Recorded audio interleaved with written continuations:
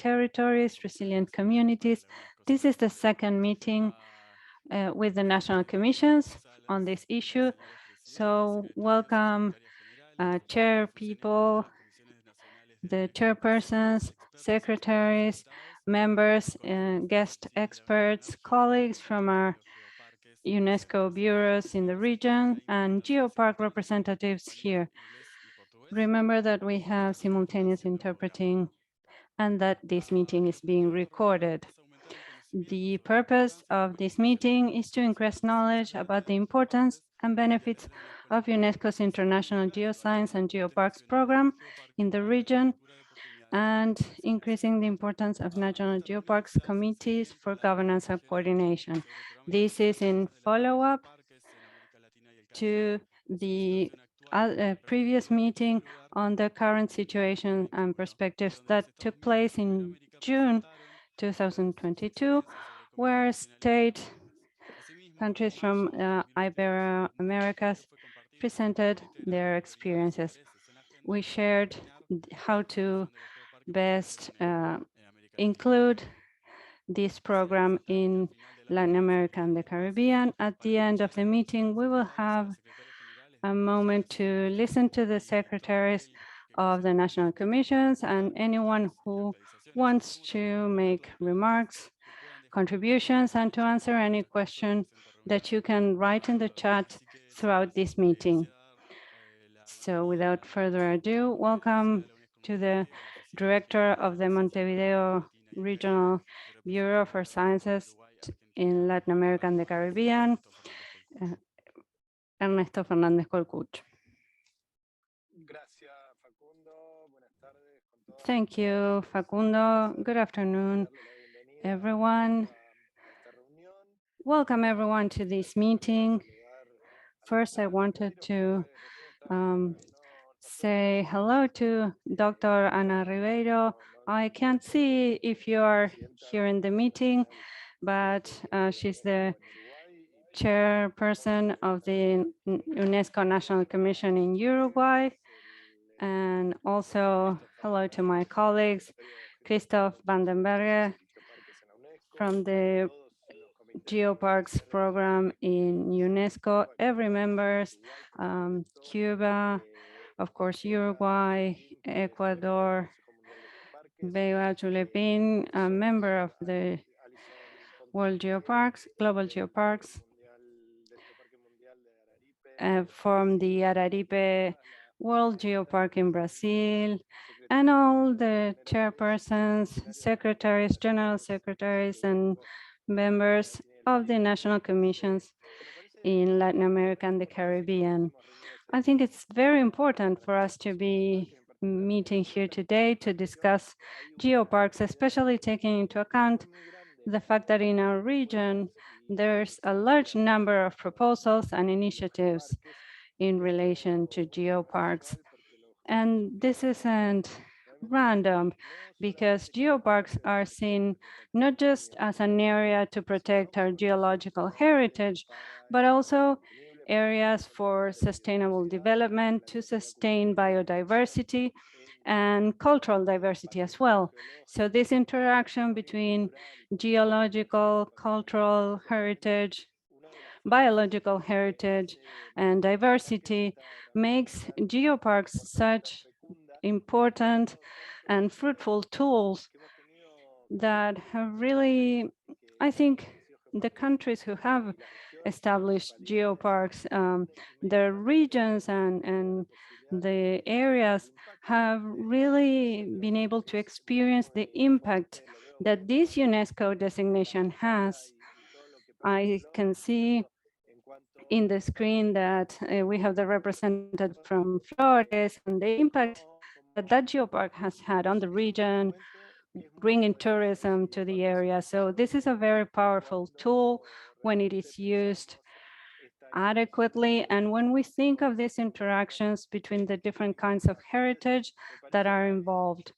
So I also think that it's not an easy instrument to implement. It's not just making a statement, a declaration, but it's a process that needs to be thought through, working together with the involved communities who are the stakeholders actually for the geopark. They tell us from Flores that it's very important that the communities involved are the ones who to work with them because they're the ones conducting activities there. And so having that, in order to have that dialogue between the biodiversity and geological heritage. So we are our team in UNESCO, Christoph, Serena, all of our colleagues from UNESCO are here to answer any questions that you may have. Unfortunately, I can't stay for the entire meeting. Unfortunately, as you can see, I'm on the road to another, on the way to another meeting. So unfortunately, I can't stay. Of course, Christoph, who leads the entire Geoparks program. You also have the entire Montevideo team at your service for anything and to make this agenda move forward. I hope that this is going to be a great meeting for everyone. Thank you, Director, for your opening remarks and for being here with us. And now I would like to give the floor, as Ernesto said, to the chairperson for the National Commission of UNESCO, Dr. Ana Ribeiro, and she's also Vice Minister of Education and Culture in Uruguay. Thank you. Good afternoon, good evening, wherever you are. It's always a great joy and pleasure to be called for any geopark activity. And I would like to tell you why. In the middle of the pandemic, and we're still all feeling very unsafe, and we still didn't know what to do. And here in the region, we had a discussion whether the right thing was to isolate, and we needed that to be a government's decision, or whether the right choice was something else to have to continue with activities, but in a controlled manner to continue to keep the economy going.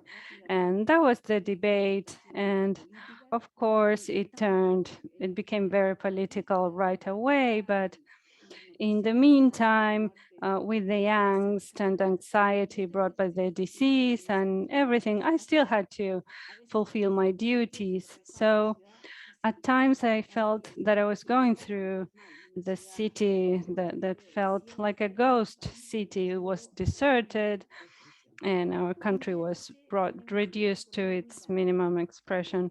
And one time I did a really long journey from one end to a country to the other one, and everything was closed down, reduced to its minimum expression. Perhaps you would run into somebody, a car, there was no public transportation working. And then once I asked the driver, how come at one point we were finding so many cars in the road? And I started looking outside and wondering what was going on. And it was the geopark, Grutas del Palacio. People had quickly realized that open spaces were places where that they had these old things that we had just realized how much they were worth, and it was somewhere they could go to look at something beautiful and to see new animal or vegetable species, and to see those cars lining to reach this geopark in Flores.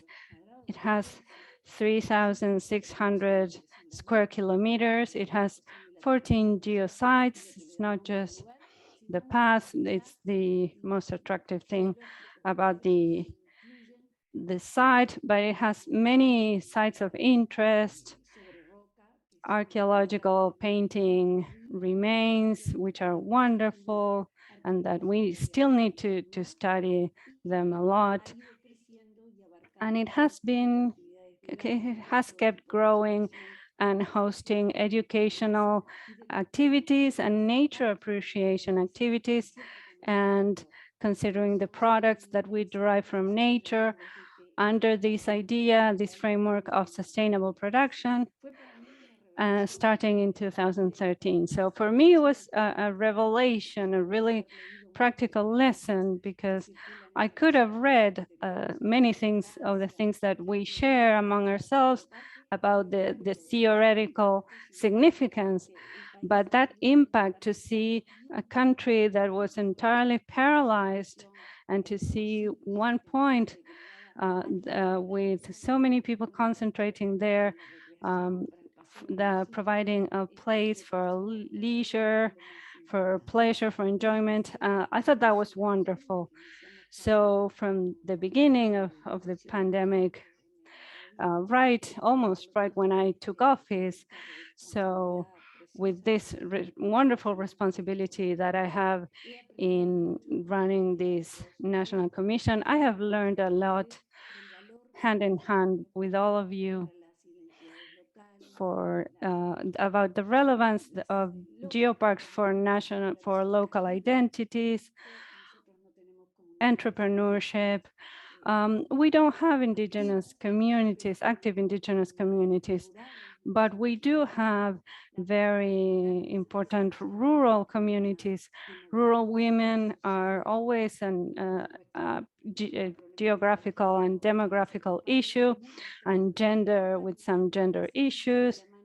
And I have seen them working with geoparks and also in the areas with their small businesses and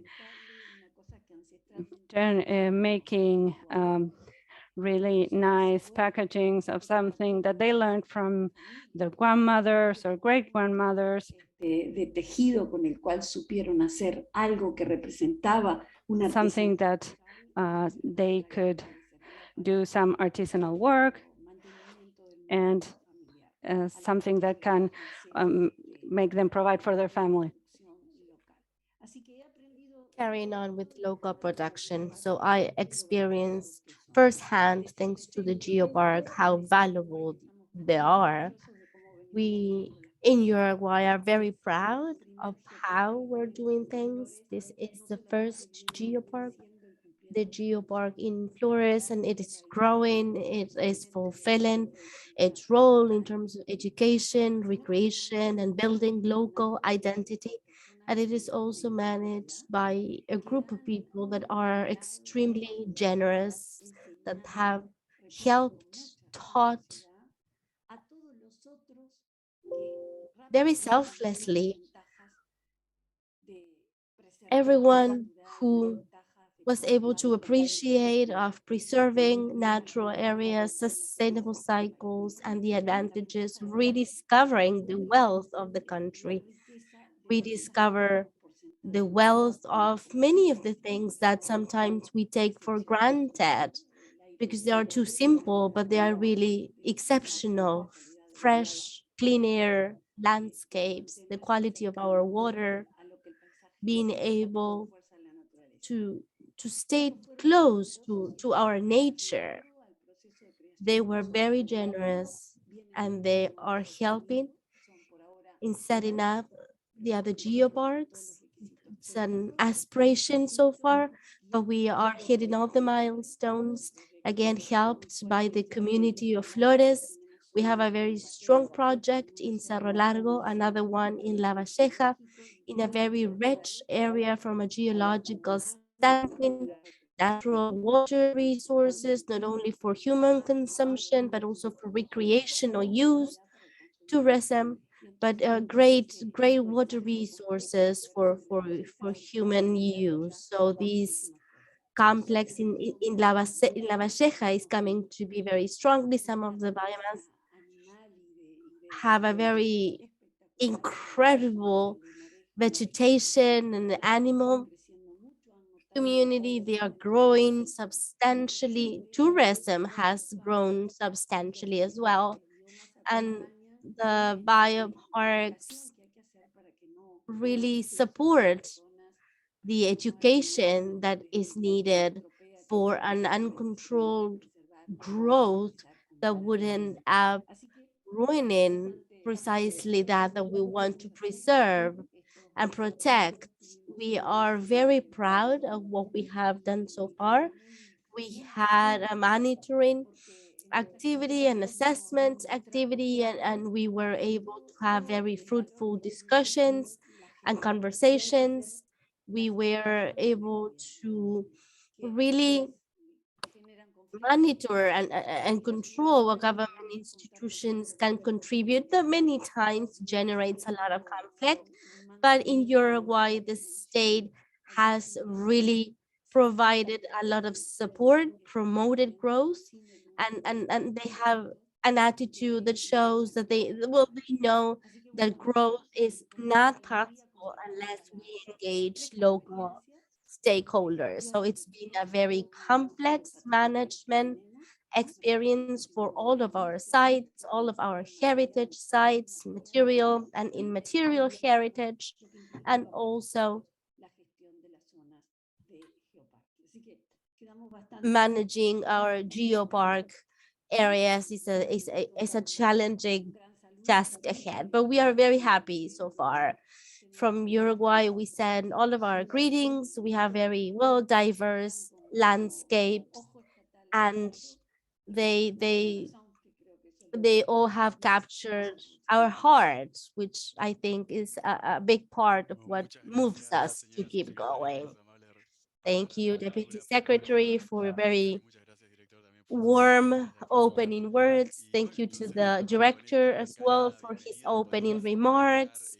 And we can now formally begin the UNESCO's Global Geopark meeting. We are now going to welcome Ms. Serena Heckler. She's the program specialist, ecological and earth sciences for Latin America and the Caribbean. She's doctor in ethnobotanics at Cornell University, and for many years she worked on research before joining UNESCO.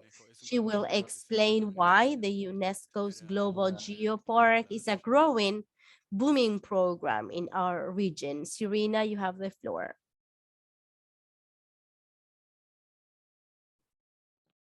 Muchas gracias, Facundo, y les voy a mostrar mi pantalla. Thank you, Facundo. I am trying to share my screen with all of you. Thank you all for welcoming us, from being Resumiendo también las palabras de Ernesto, de Ernesto y de Ana, también para decir que es un programa muy especial y es un honor y un placer de poder hablar del programa internacional de geociencias y for the geoparques. international program for geosciences and geoparks. Somos tan atrevidos de decir que es un programa en We pleno are crecimiento en América so Latina y el happy Caribe. and thankful to say that the program is really growing in Latin America and the Caribbean. And we are happy to be part and lucky to be part of the program. Some of the baseline data for this program, this is one of the newest programs in UNESCO. It is in 2015, the UNESCO Site designation was ratified during the 38th General Conference. It is a program that promotes international cooperation across areas that have an geological heritage site through a bottom-up approach of the geological, biological, and cultural preservation, support of local communities and indigenous peoples, and promoting heritage and sustainable development. It really is a very comprehensive program. There are nowadays 177 UNESCO Global Geoparks in 46 countries, Latin America and the Caribbean account for 10 of UNESCO's global geoparks, and it is the region with the fewest geoparks after Africa. Here we can see the 10 geoparks. There are 3 in Brazil. There are 2 new ones this year, so congratulations, Brazil. 2 in Mexico, Chile, Ecuador, Nicaragua, Peru, and Uruguay. UNESCO is happy to coordinate and collaborate with the Latin America and Caribbean Geopark Network.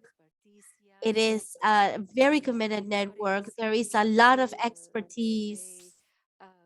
There are many stakeholders that really take ownership of their territory, the expertise, the engagement,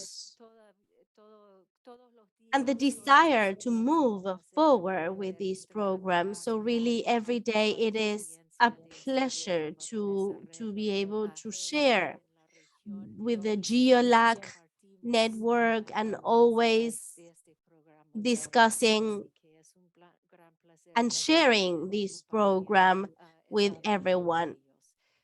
It's our pleasure to discuss this to share this with them. The geoparks, well, we have 9 aspiring geoparks in the region, but over 90 projects that are preparing and working together with a network of stakeholders that really are very looking forward to receiving the designation of UNESCO Global Geopark to be declared as UNESCO designated sites. On screen, you can see where these sites would be. So there is a lot of excitement across the region, and the entire region is really looking forward to having the new geoparks. Why? Well, one of the main reasons, as Ernesto has already indicated, we know that geoparks are not only protected areas or tools to preserve geological heritage, but also these serve as governance tools to advance the 2030 agenda for people, for the planet, for peace, associations, organizations, and the very famous 5 Ps. And UNESCO published a report in 2017 where they identified 8 out of the 17 SDGs to which UNESCO's Global Geoparks contributed directly. Now, I just mentioned SDG number 6 on water and water resources, and we know that UNESCO Global Geoparks contribute SDG directly to SDG number 12 on hunger, 15 preservation of biodiversity. So probably we need to carry out a new assessment to see if UNESCO's geoparks really contribute to all of SDGs. That would be an interesting study, but we know for sure that they contribute to education, quality education directly, gender equality, decent work, and financial and economic growth, sustainable cities and communities, responsible production and consumption, climate action, and alliances or partnerships, sustainable partnerships, and of course, risk management. In particular, something that we see study after study is the economic impact of UNESCO's global geoparks. I must stress that to the left of the screen, to the left of the graph, you can see that in 2015, before the Mixteca Alta geopark was established, there was an annual fall, and in 2019, there was a very significant increase in the annual spillover for the UNESCO Global Geopark. And this is something that we see over and over in these global geoparks across UNESCO regions. So there's a lot of excitement across all of the global geoparks that I have visited. There's a lot of sense of ownership by local communities. I have taken part in several workshops around the world, and we know that there's a number of challenges as well, as Ernesto said. In the Southern Cone, we hosted a workshop last month where we identified a number of challenges. One of them is governance of a global geopark. It's not the same type of governance as a well-protected area or municipality or biosphere reserve, for example. So it is very important to provide this training.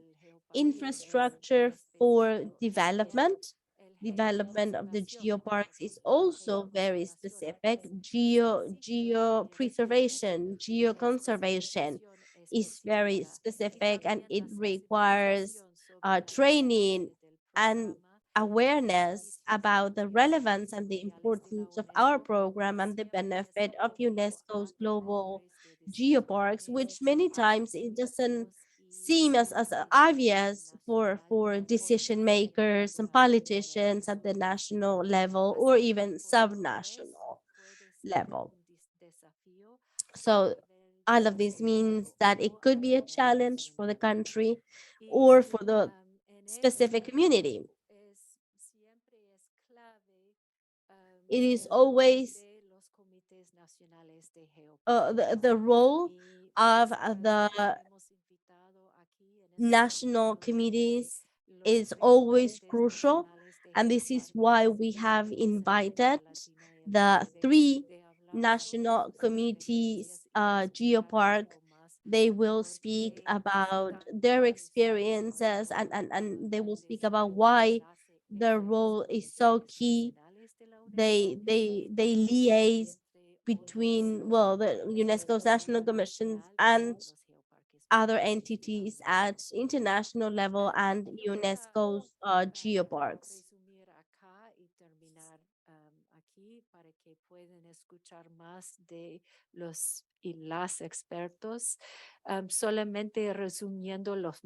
So to summarize some of the key messages, well, they are growing exponentially in Latin America and the Caribbean, especially because the stakeholders themselves are really taken full ownership of the project. The region is facing diverse social, economic, and environmental challenges, but UNESCO's global geoparks are models to implement and advance the 2030 agenda across the country.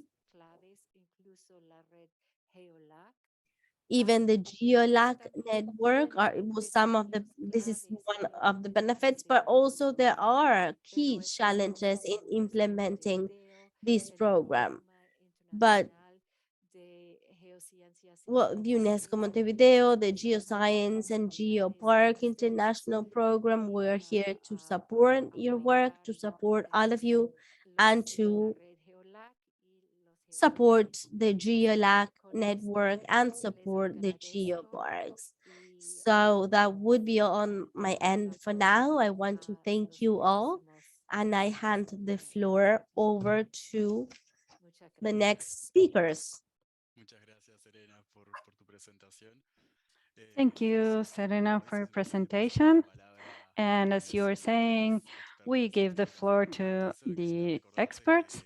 But before, I wanted to remind everyone that we have simultaneous interpreting into English, Portuguese, and Spanish. And if you wish to make a question, you can write it in the chat, and we will be answering at the end of the session. So without further ado, let's continue with UNESCO's Global Geoparks, Sustainable Territories, Resilient Communities, with Helga Tulepin, member of the UNESCO Global Geoparks. She evaluates geoparks and she's an expert on sustainable development. So Helga, you have the floor. Thank you. Good afternoon, everyone. I'm very happy to be here. I have worked with this UNESCO Global Geoparks program for a long time, and undoubtedly the connection with the national committees is fundamental, and it displays all of this that we have been discussing. It's a critical alliance for this to be possible. I'm going to speak for geoparks.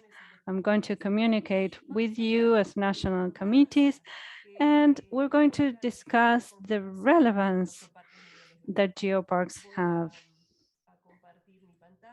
I'm going to share my screen now. Just a second.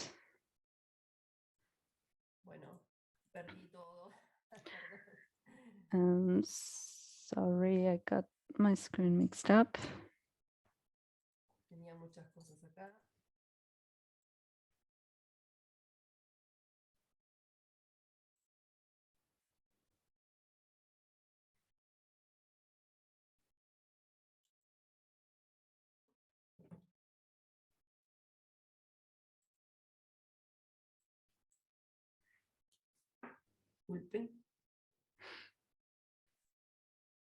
Sorry, I'm gonna fix it.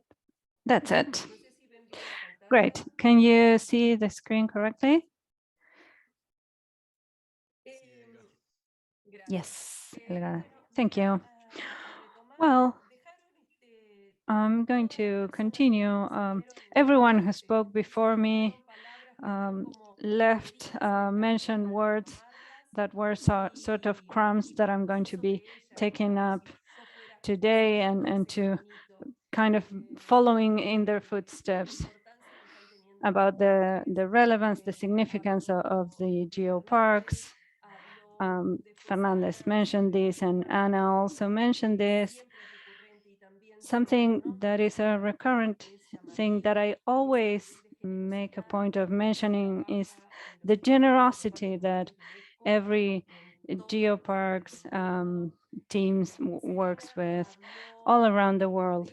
Serena mentioned this explosion that is taking place right now in Latin America and the Caribbean, and we need to follow that growth. Why do these territories choose to be UNESCO geoparks? Well, because it's a tool that is changing the way we think and the way we live in our territories. One of these changes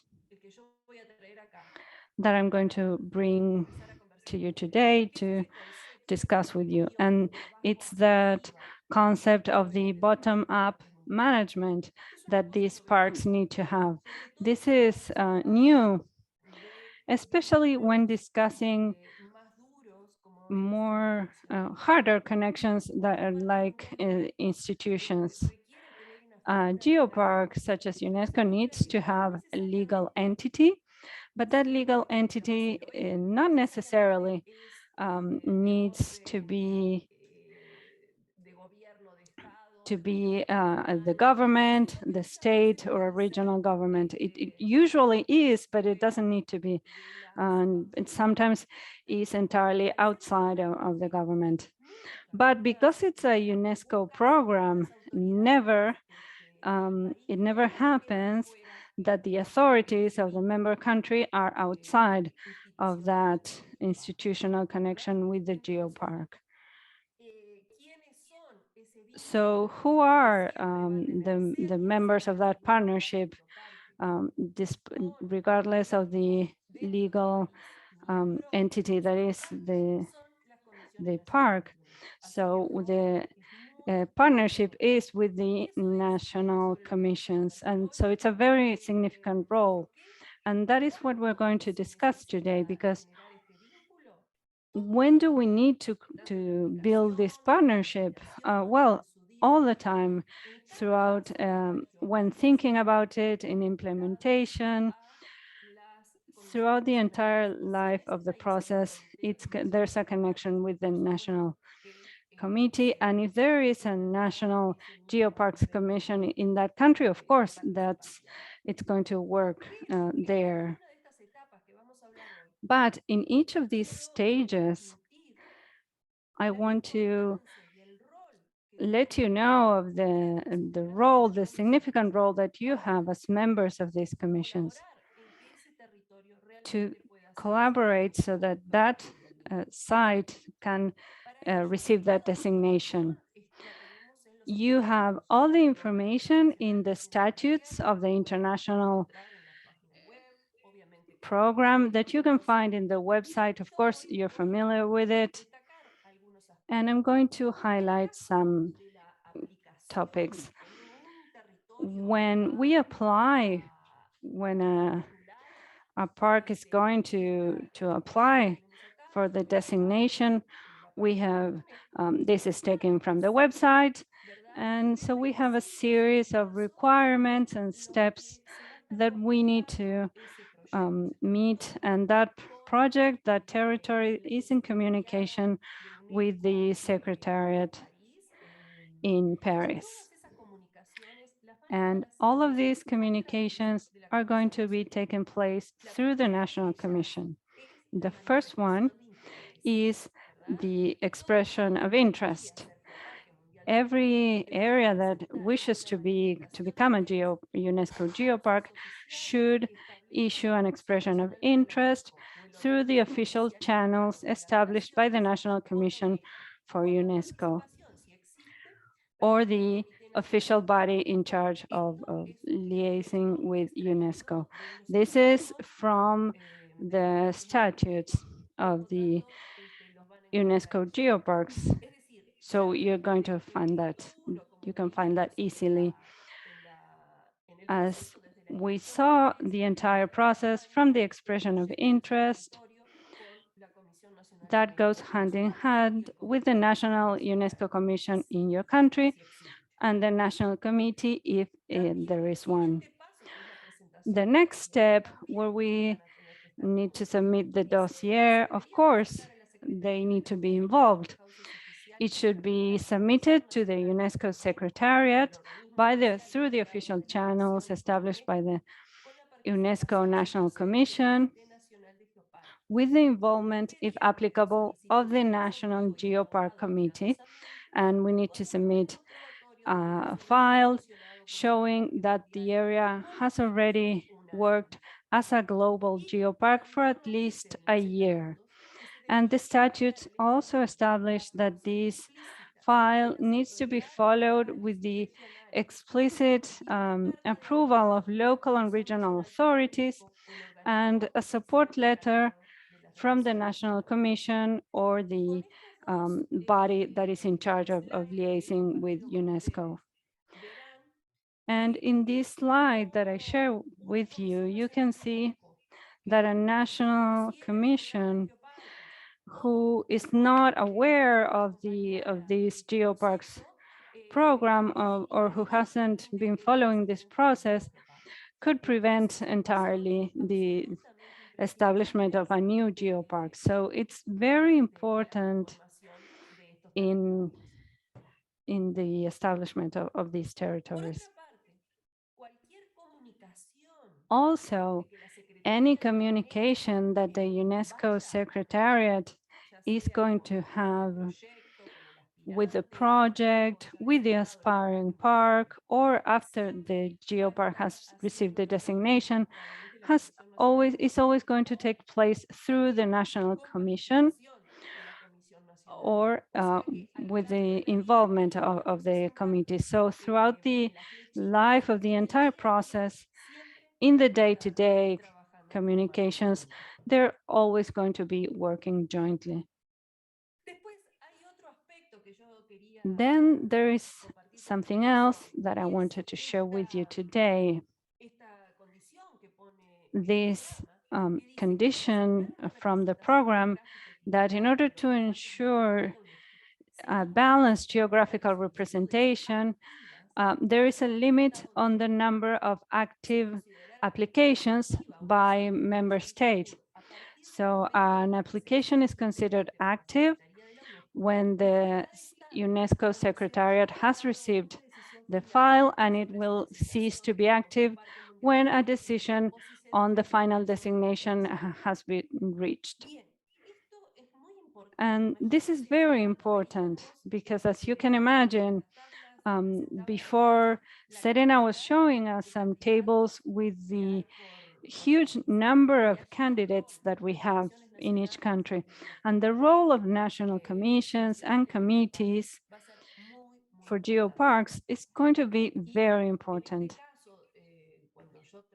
In this case, when I work with candidates, I let them know about the relevance of applying in cases in which they feel that they fulfill all of the requirements for a geopark, because once they have submitted that application, they take up one of those active candidate positions. And if perhaps they're not ready, of course it can happen, but we should be aware. And so if it doesn't, it happens that maybe the acceptance is deferred, they still take up that position as an active candidate for at least 2 years, or as long as they submit the new documents. So this is a case in which the national commissions and national geoparks committees is very important to allow for the flow of the growth of these territories as geoparks. And as Serena was mentioning as well, after governance has also been one of the most difficult aspects for geoparks, and this came up in the survey that we did for leverage of geopark projects in Uruguay, because most of the projects say that they have trouble organizing governments as the hardest thing, their biggest challenge. They have other difficulties, but they see this as their biggest challenge. So again, this is another one of the opportunities for collaborating with the national commissions. And if the national geoparks committees exist, even better, to support these territories, to connect with the different institutions, either national institutions and the different levels of government, in order to be able to develop this governance, which isn't easy in itself, because it's a bottom-up approach where you have members, local authorities, national authorities. You have representatives from academia, the local community, if there are indigenous peoples involved, there's a requirement for them to be involved as well when they exist. The private sector, so all of the stakeholders that have come up when that territory is mapped. So we believe that without a doubt, the national committees and the national commissions can work to help bridge these gaps and provide support in these challenges. Well, I'm going to here play with some frequently asked questions that hopefully will come up afterwards. The idea of my presentation was to make a brief screenshot about the work of the commissions and the that connection that they need to have, that partnership that lasts forever. So I thought of some things we get asked often. Do national commissions or national geopark committees have to assess the candidates? And partly yes, and partly no. So I'm going back to the submission, the application. Here we have a formal part that is the submission of documents. And then we have the evaluation of the parks. For the formal submission of the documents, yes, without a doubt, the national commissions are going to can help with what the UNESCO Secretariat is going to check to see that there's a map that is going to be checked to receive an intergovernmental check, that it is within the limits of the country that is submitting that proposal. That is going to be, and also that has been checked at the government level.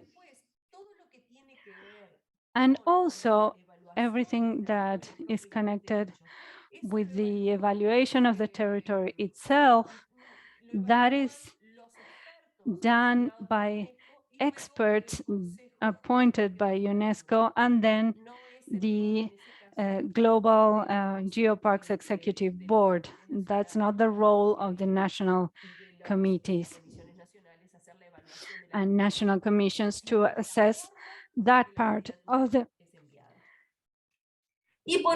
candidacy. It's only to the formal way it is submitted. Do you distribute information about UNESCO programs?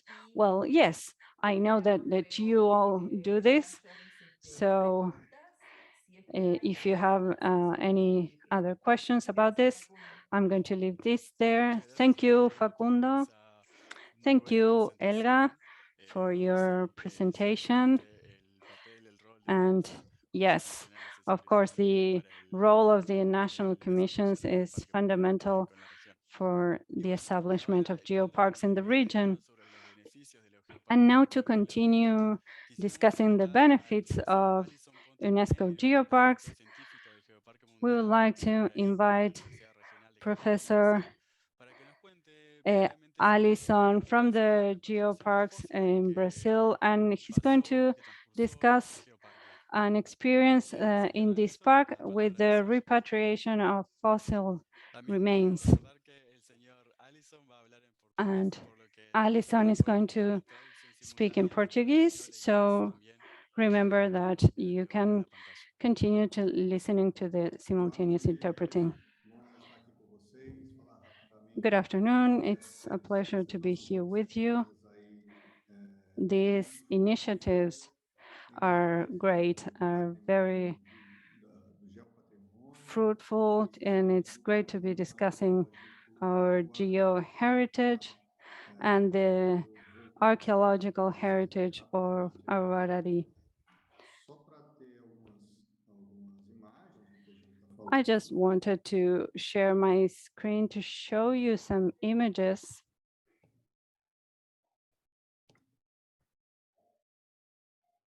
Não sei se vocês estão conseguindo ver com precisão. I don't know if you can see my screen. Conseguem ver? Sí, podemos ver. Yes, we can see it. Sim. We can see one slide of 4. Yes. Great. So very quickly, when we Só segundo, então.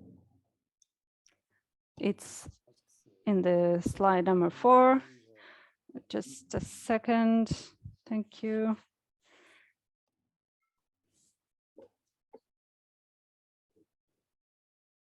Aí. Está no. Deixa assim. Great. There it is, the first slide. Conseguem ver? So can everyone see it?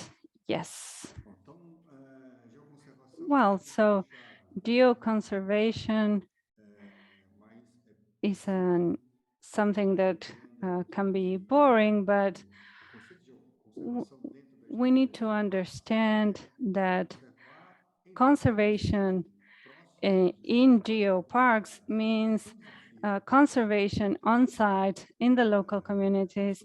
It's a huge challenge. So in our case, in our park, we have one of the biggest fossil sources in the world. We have, because of the quality of preservation, the number of fossils, that it's really impressive. And this also brings some additional challenges.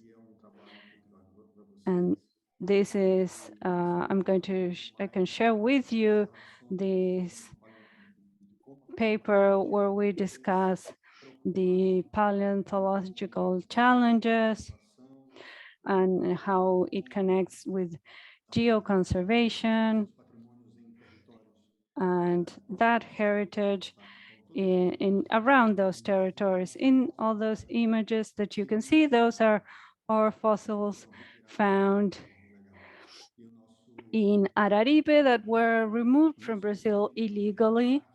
So our duty as a geopark is to defend our heritage, to preserve it, and to bring it back to our communities and foster their development.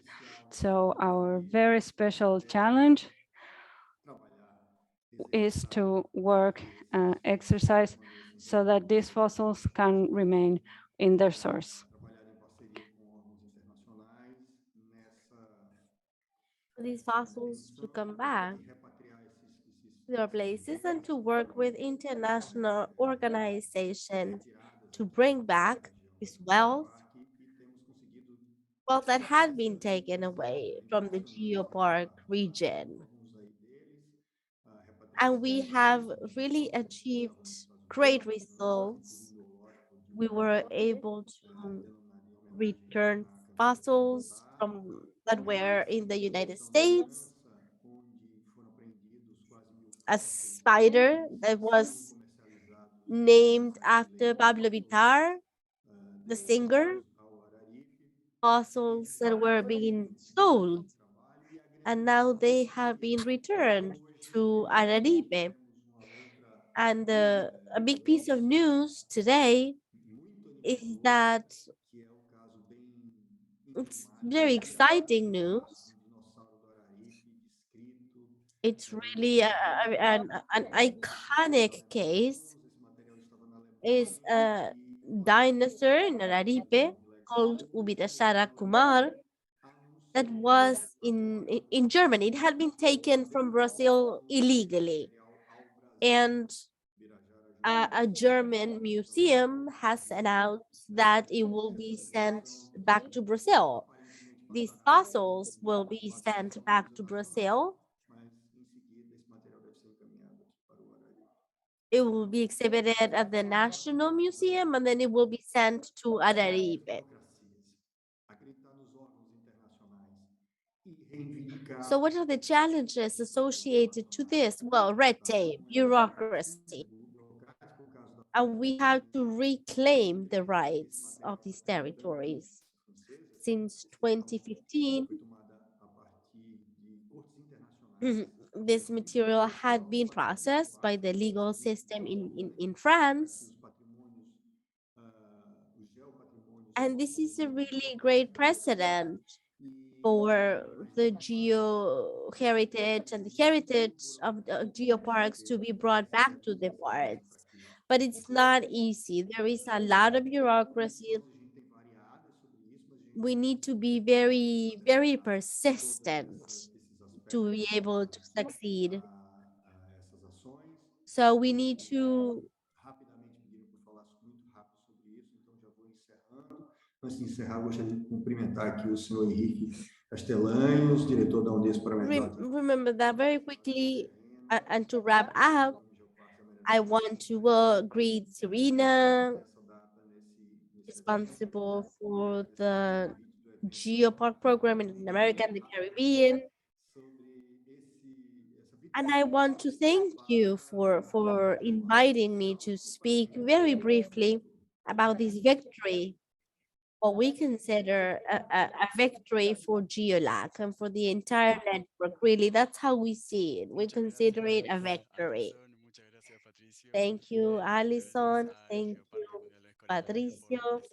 Thank you for the Ucanaripe Geopark for a great presentation and for providing an example of the things that we can do through a geopark.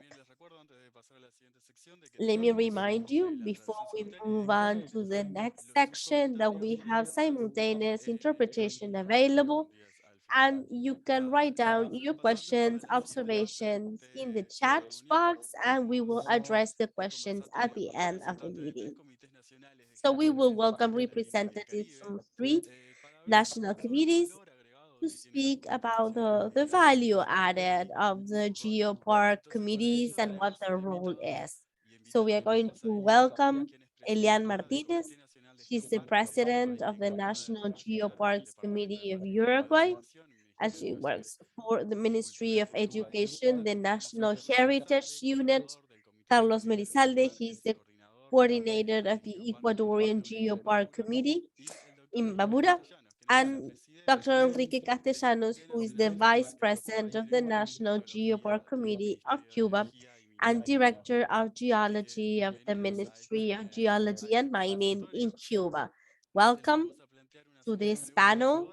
We are going to read different questions, and we will give you each 10 minutes to respond the questions with regards to the role and the value added of the national committees. So the first question for Mr. Enrique Castellanos is if you could explain in 10 minutes what was the process like to establish the committee in your country, and what are the challenges and the difficulties of establishing geoparks in the Caribbean? Buenas tardes a todos. Se escucha. Sí, Buenas tardes. Yes, we can hear you. Good afternoon. Let me introduce that here with me, I have the representative of UNESCO Cuban representatives and specialists that work with hydrological service and the ministry in all of the heritage related aspects. I will share with you a presentation to help me provide the answer to your question.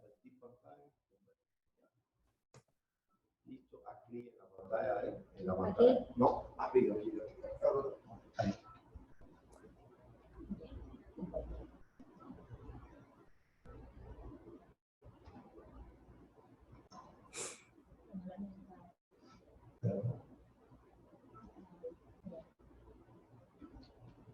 Espero que puedan ver la presentación ahora, Facundo. I hope you can see my presentation, Facundo. Muy bien. Bueno, Okay, great. la primera diapositiva quería That first slide shows very briefly tenemos 15 provincias how Cuba is laid out. We have 15 provinces and 168 municipalities, and we have a population of 11 million. For the geopark approval process, for a geopark to be approved, the municipality and the general meeting of the province have to issue an approval. If that approval is not issued, you cannot go ahead with the other steps. That shows Cuba's geographic conditions. We are located in the north of the Caribbean Sea,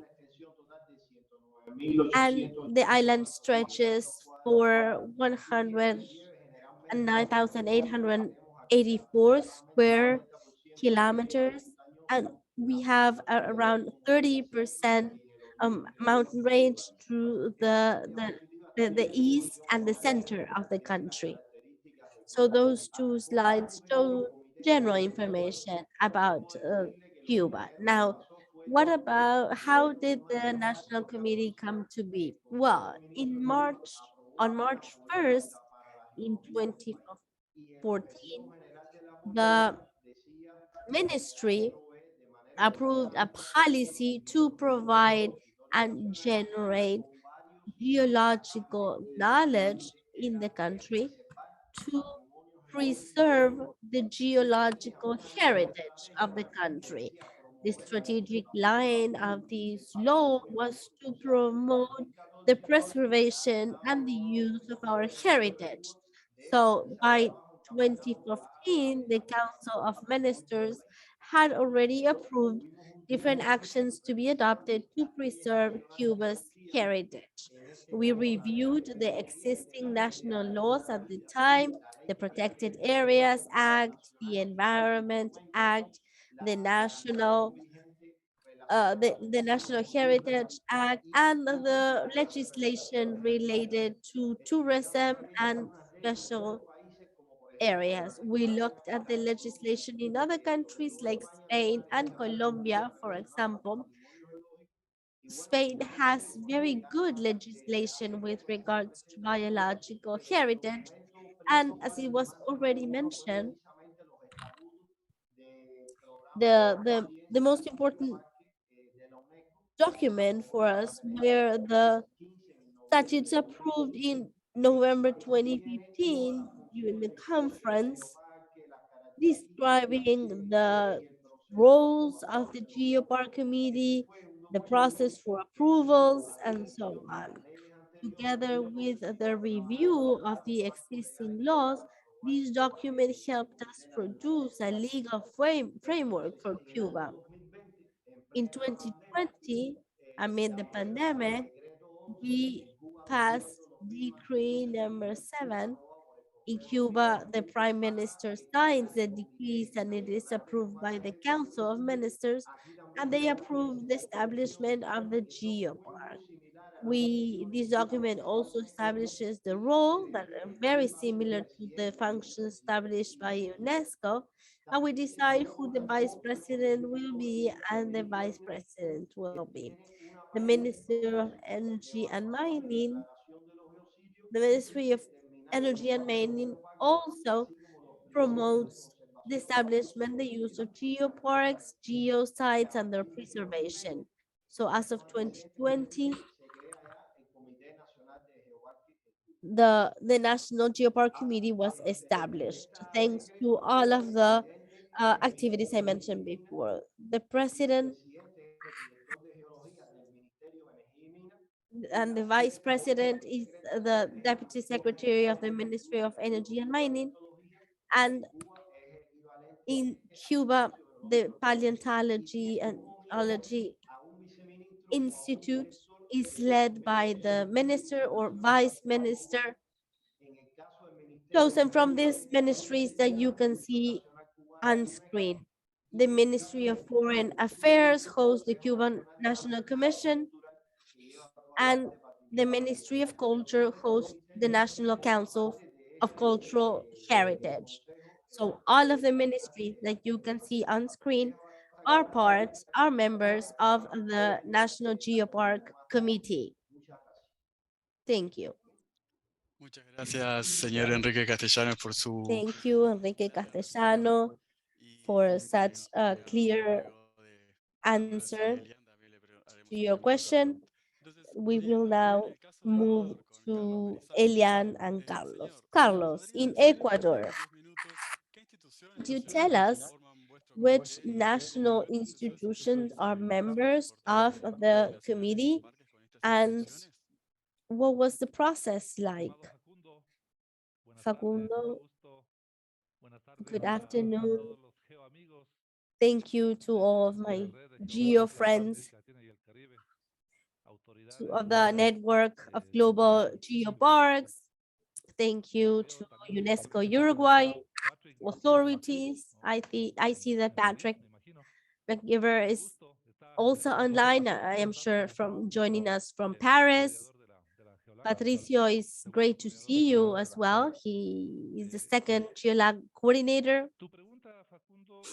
Now, Facundo, you've made a very interesting question.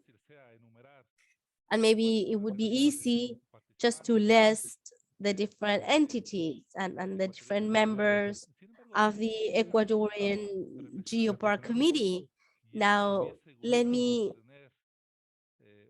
elaborate a little bit on that. I would have loved to have an Ecuadorian Geopark Committee when the entire process for Dimagura started. Patrick knows very well. Patrick knows what the experience was like back in 2015. We had a failed beginning, I would say, because we didn't really understand the entire scope of UNESCO's global geopark, and that's why the national committees and national commissions are so important, because we need to open minds to understand these new concepts. The term geopark itself, it's still new. It is still new in Ecuador. Of course, there are many processes, and Imbabura is the first one. But we consider it an instrument, a space for cooperation. And when we read UNESCO's Global Geopark Statutes, it says the geoparks should serve cooperation. They are instruments for cooperation. So we try to process those concepts and understand what cooperation means. It is not just about asking and requesting and receiving cooperation, but we understand that to develop and establish a geopark in a territory, it also means to strengthen national capacities for not just receive cooperation, but that we're also able to provide and to cooperate with the other geopark processes, not only in our territories, but at international level as well. So this position might have served as the baseline in Imbabura to really jumped into the opportunity to establish a geopark.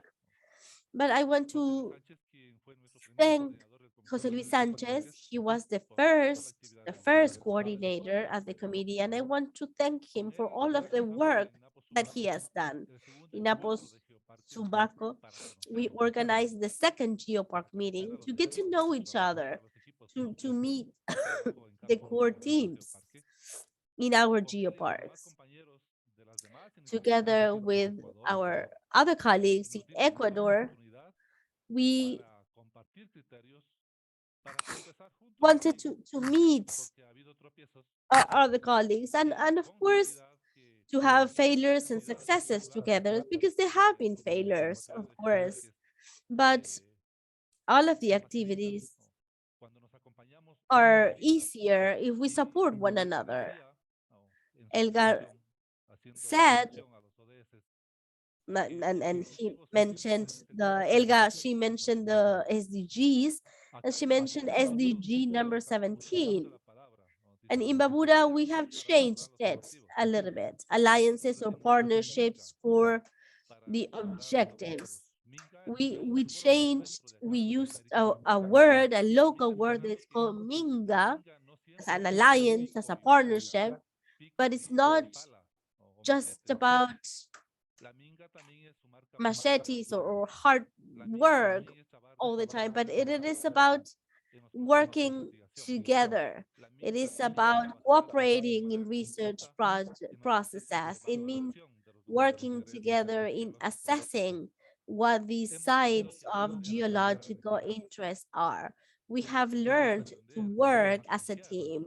We have learned to trust institutions.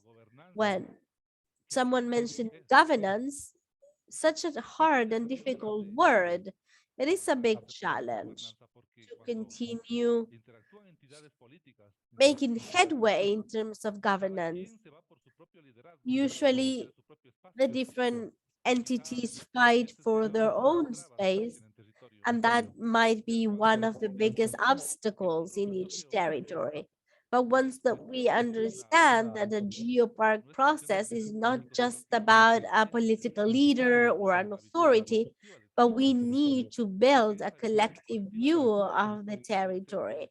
And that collective view has to be agreed upon by different stakeholders, whether the academia, the private sector, the public sector, politicians, economic or financial stakeholders, and so on.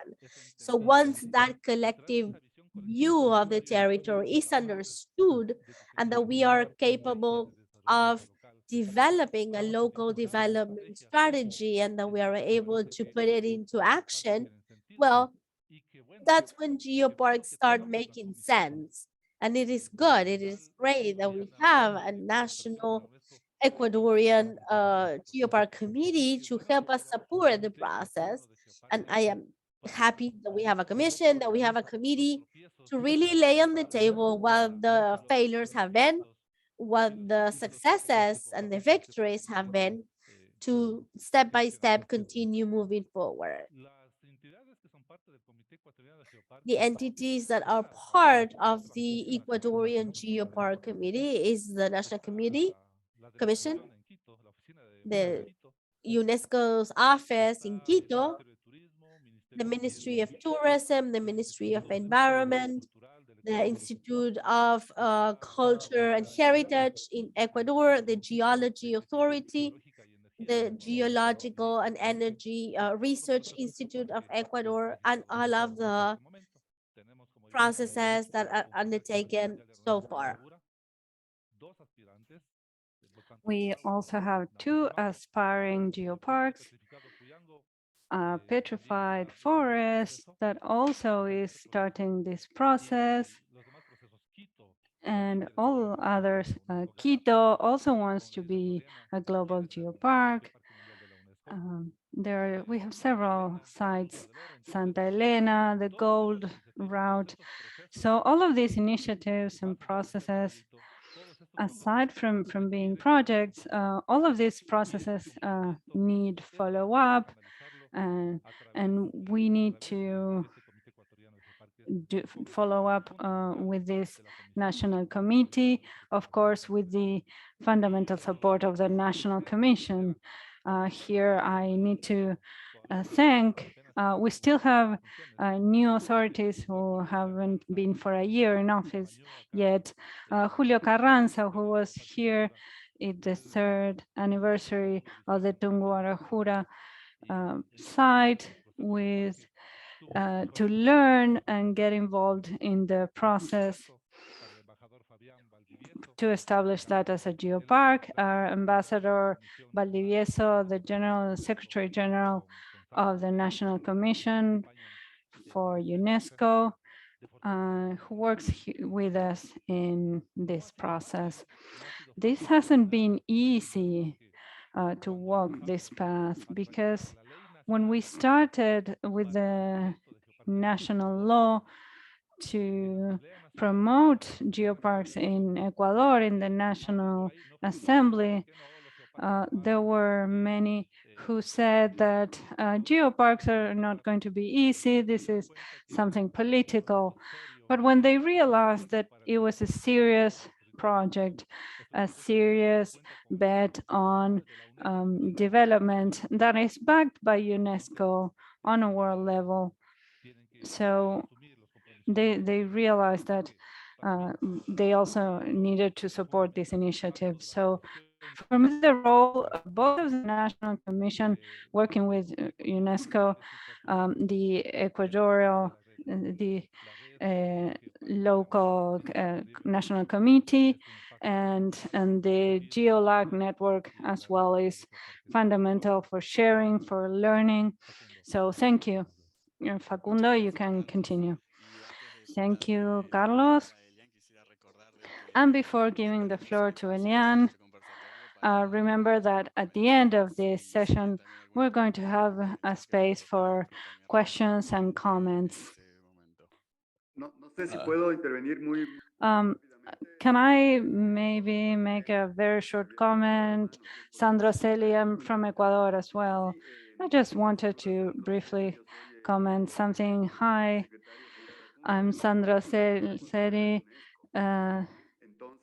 Secretary General of the UNESCO National Commission. So I wanted to show my support and share the words mentioned by Carlos, Merizalde, and as Carlos mentioned, the National Commission is always permanently involved in the process. We are very enthusiastic about the work done in Imbabura, which is a park recognized by UNESCO worldwide. And so Naposumaco, we have other projects. So we are always involved providing support for the national committee. So we're very happy with the work that is being done here in Ecuador. Thank you, Sandra, for your remarks, and thank you, Carlos. And so here now to continue, we come back to Uruguay to listen to Elian Martinez, and we would like to ask if you could tell us in about 10 minutes how is the plan, how it is, does the committee in Uruguay work now, and who are its members?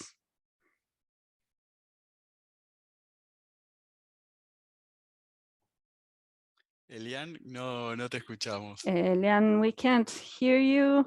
You're muted. Oh, I'm sorry. Well, good afternoon, everyone. I can see we have a lot of people in this session from Latin America and the Caribbean.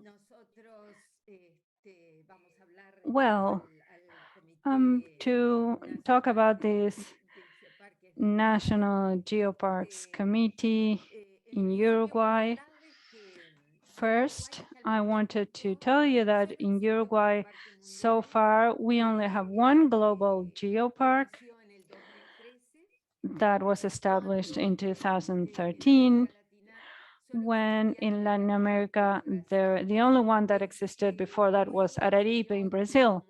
And then afterwards, another important milestone that Carlos just mentioned was in 2016, the establishment and the creation of the GeoLAC Network. And these are all milestones that leads to the fact that in 2016 and following the guidelines from UNESCO, we created the National Geoparks Committee in Uruguay. The main purpose, as usual, is to work with the objectives of the Geosciences and Geoparks project according to the reality of each country. Among our duties and actions are to interact with local stakeholders in the areas of geological relevance and to work and to bring together the geoparks conservation, to bring value to it as places for scientific study for education purposes and to also generate local development. So our committee has the main state bodies. We are the state counterpart connected to all of the aspects involved in a geopark. The Ministry of Education and Culture is the chair and is represented by the Cultural Heritage Commission of the country. It's a different outlook or perspective than other geoparks. We have the Ministry of Industry and Mining, also covering everything that has to do with geological and mining resources. The Ministry of Tourism, because it's one of the main objectives for geoparks is to be a focus for tourism. Also the Ministry of the Environment, taking into account conservation, of course, and because we have many protected areas that converge in geoparks. And also the National Commission for UNESCO. So those of us who are here discussing in this session today. And for us, it has been a key player having a very significant role, being the connection with UNESCO, with our representatives from foreign affairs. So it has been really important to have it included. One representative from Geoparks Uruguay, which is Gruta del Palacio in this case, also the University of the Republic, where we have academia, scientific research that provides support, information about the geological contents, for example, in geoparks. The Congress of Mayors, which is a body that where all of the mayors from all the areas in Uruguay gather, and they can have initiatives and they also support the management of these geoparks. And finally, we invite the regional UNESCO office in Montevideo, which in ours in Montevideo has already been working here for 70 years and provides very important support. So each sector provides support in their area in connection with the development for their area. The National Committee for us is a focal point for all of these institutions, and it enables us to share and take advantage of the knowledge that each brings. And it's an area for dialogue and cooperation, it's interinstitutional cooperation, which is key, even for obtaining resources for activities planned by the committee. We can maybe see this later in each of the activities that we carry out. So the committee, the things that we do, we provide assistance when we have experts that come for the evaluation missions. We had one, the first one in 2017, and the last one was a month ago. And I wanted to especially note that of the two evaluating professionals that came from UNESCO, one of them was from Latin America. And I was very happy about that because they have a different approach to the reality of our geoparks in our region. We have also supported trainings jointly with UNESCO, the first intensive course on global geoparks in Latin America, for which UNESCO brought very relevant and noteworthy trainers from Europe, and that had funding from UNESCO, the local government of Flores, and all of these bodies that are members of the committee. We all contributed to these activities. And at that point, we had 4 geoparks in Latin America, but we had participants from new projects that we now can see that have already become geoparks.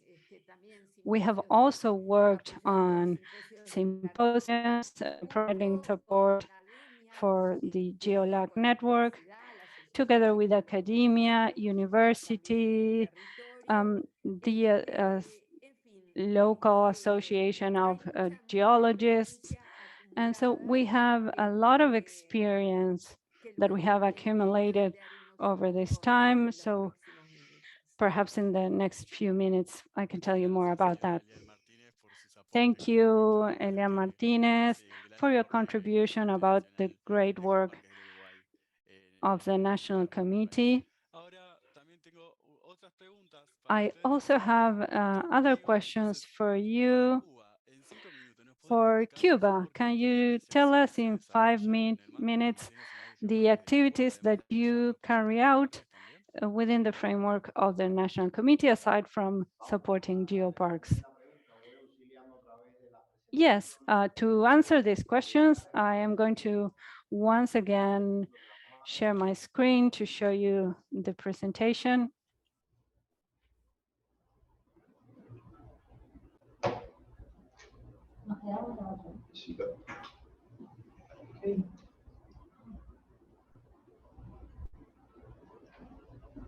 Me disculpan, como ya les venía diciendo, en la próxima. So as I was telling you before, the National Geoparks Committee has 2 ordinary meetings in a year.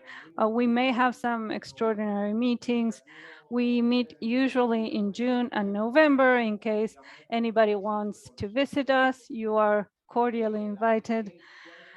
And the activities, the main activities that we conduct is to control the implementation of the geoparks that have already been approved.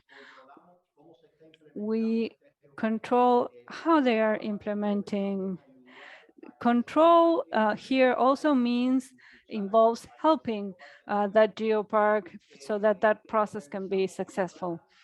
We review the plan and fund studies for new proposals. We support the implementation of the geological heritage, also including geological exhibitions. We go over the National Geoscience inventory that is being conducted, and we coordinate some activities that had to do with the National Day of Biodiversity. And for a geopark to be approved, there is a process at the national level. This is the process. There's a proposal that can be done by any entity. This is brought to the Geological Service that gives their technical opinion. Then there's the National Geopark Committee. And then we have an institute, a physical planning institute, that coordinates all land use in Cuba. And then we go, if it is approved in all those steps, it goes to the Council of Ministers, and that is published in the official Gazette in Cuba. That is the image that you can see at the bottom of the screen. And here I wanted to tell you that a group of experts conducted a study in Cuba, and they selected a number of sites that could potentially be geoparks. And this is the Geological Map of Cuba.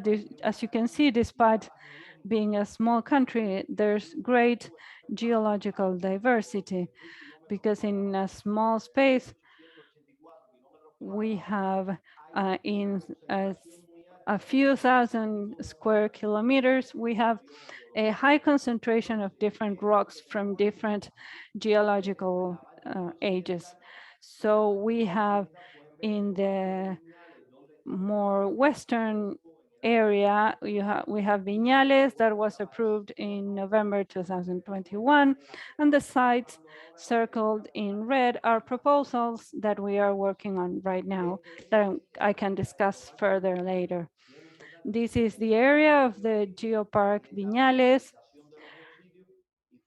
with a total of 57 sites, and it was approved by the Council of Ministers in November 2021. So it has been active or in implementation for a few months. Here we have two very beautiful views of this park.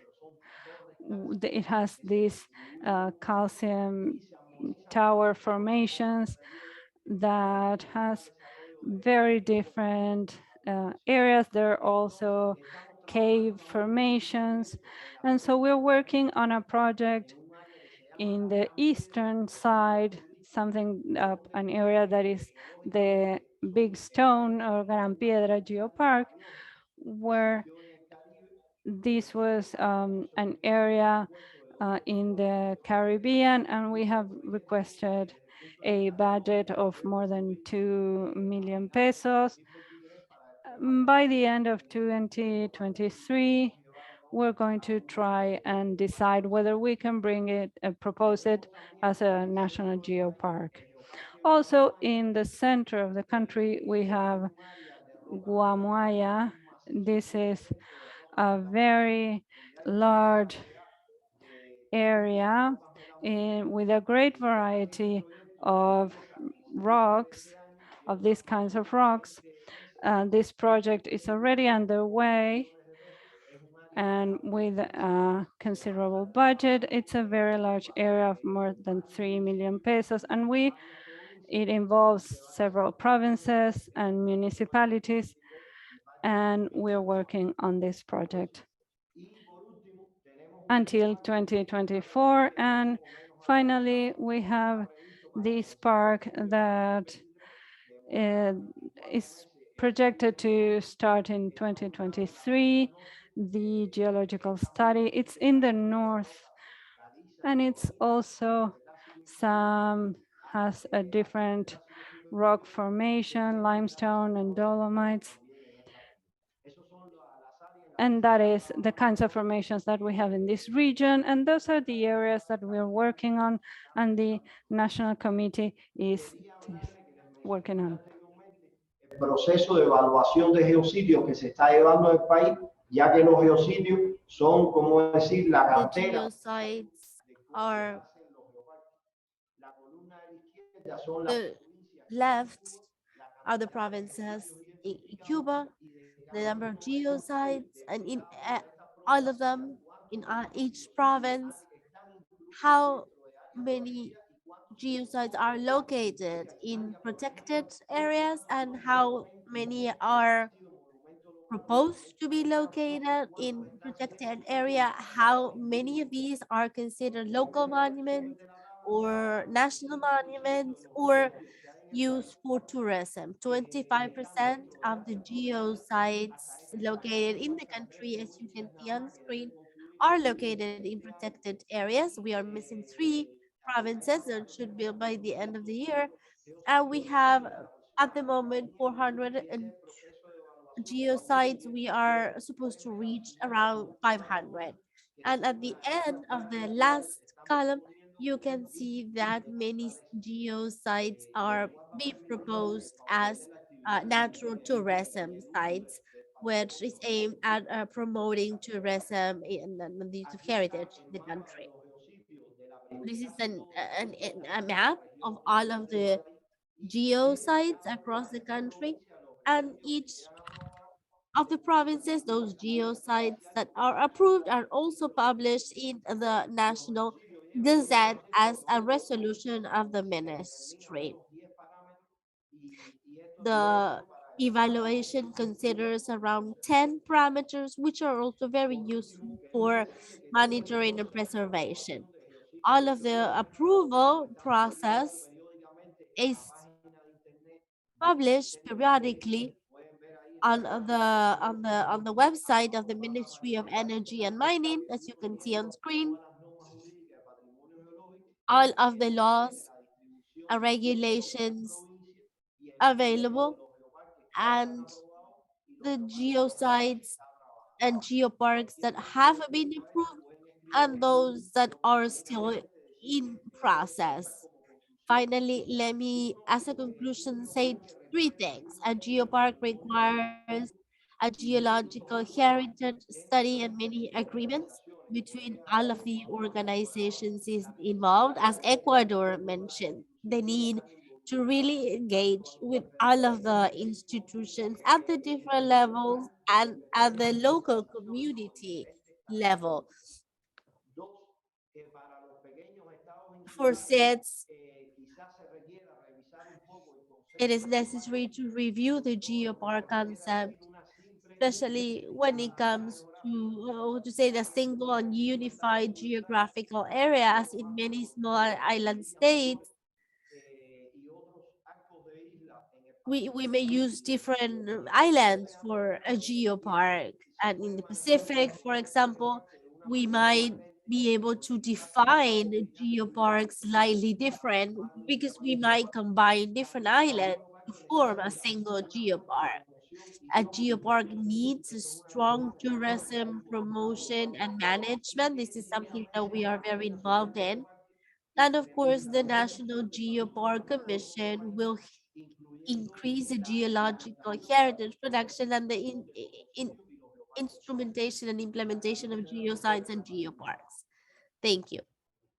Muchas gracias, señor Enrique Castellanos, por sus valiosos aportes con respecto a las acciones Thank que you, Mr. Enrique Castellano, for your contributions and for the roles of Cuba's Geopark Committee.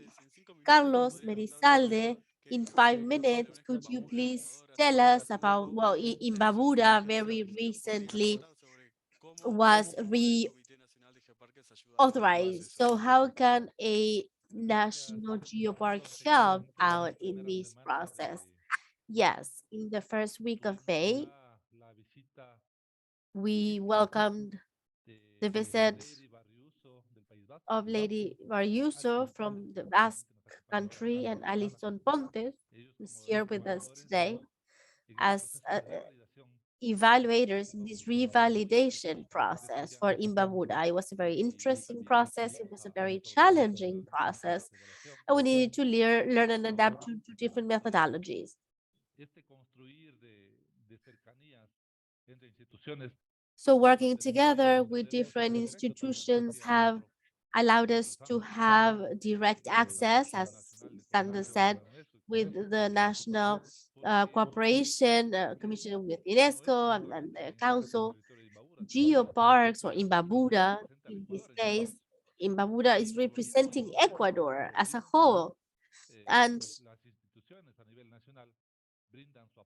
institutions have to, national institutions around the National Cooperation Commission and the Ecuadorian Committee make their own contributions. We not always have all of the capacities in a single territory. Our university, is very young, so students, many of them or many professors are not local. They need to learn about the territory as well. So we have to resort to the National Academy, the Geophysical Institute, the Geological Research Institute of Ecuador, and all of these entities provide support, not just because Imbabura is very beautiful, but because they feel part of a group. They feel part of the Ecuadorian Geopark Committee, and they know what their role is. Local governments do not do research, it's the academia that does research.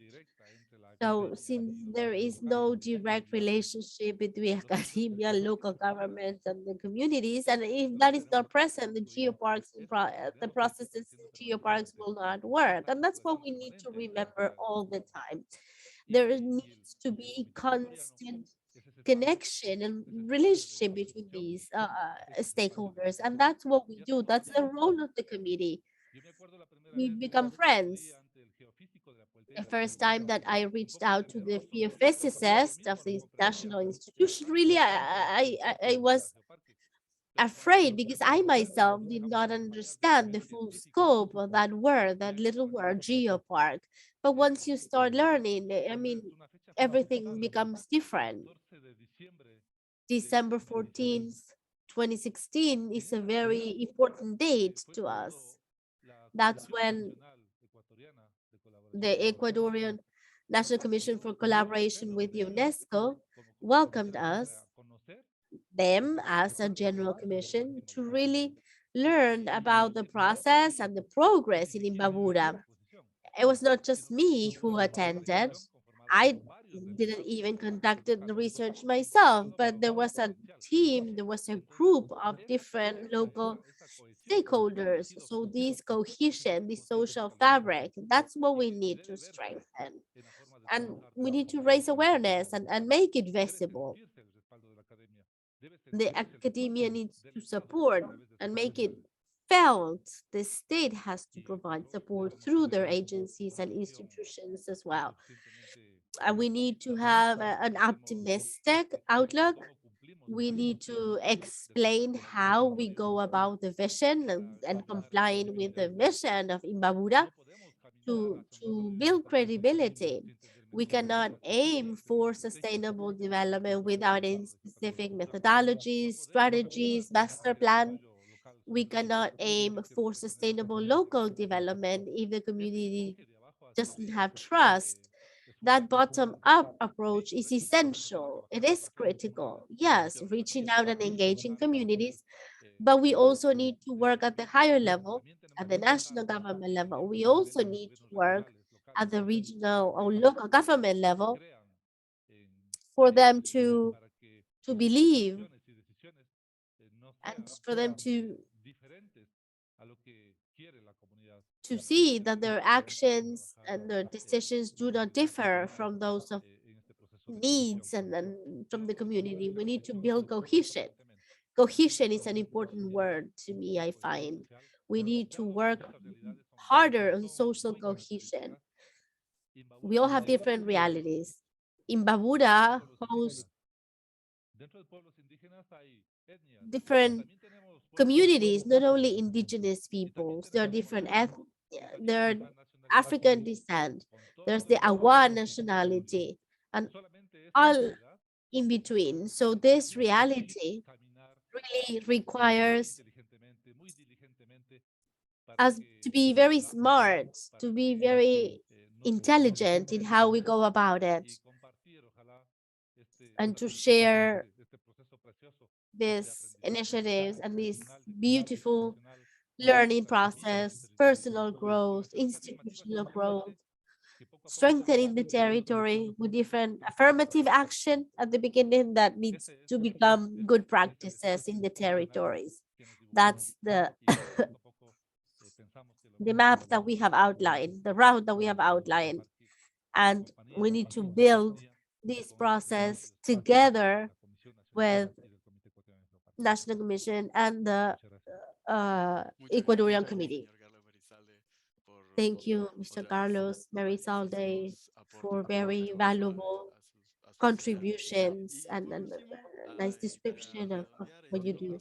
And finally, to wrap up this panel with the National Geopark Committee representative, I want to go back to Elian Martinez from the Uruguayan National Geopark Committee, and it was actually the first one to be set up in Latin America and the Caribbean. If you can tell us about the experience of the committee and the work to promote the geoparks, not only at the international level, but in the country as well. Elian, your microphone is muted and we cannot hear you. Oh, I'm so sorry. I did it again. Well, before, well, we have mentioned the different activities, the first projects undertaken, and so on. We still face challenges, we still take on different actions. We want to promote new geoparks. We have 3 projects in process right now.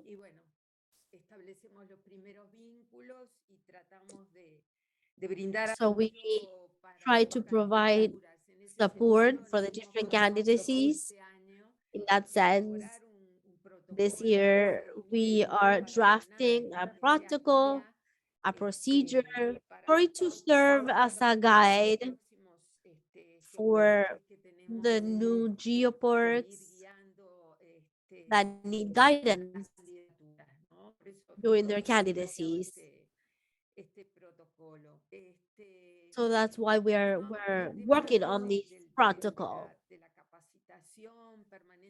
In terms of training, constant training at the national level, we have a representative from the university. We provide different courses and training on geopark affairs, not only for geologists, but for other experts. We promote master's degrees, PhD programs to really produce what geoparks need. In our case, the geological inventory for these geoparks. One of the members of our team is currently working on his PhD program in Portugal. He's a young geologist. Governance is another challenge. The engagement of civil society is also very complex.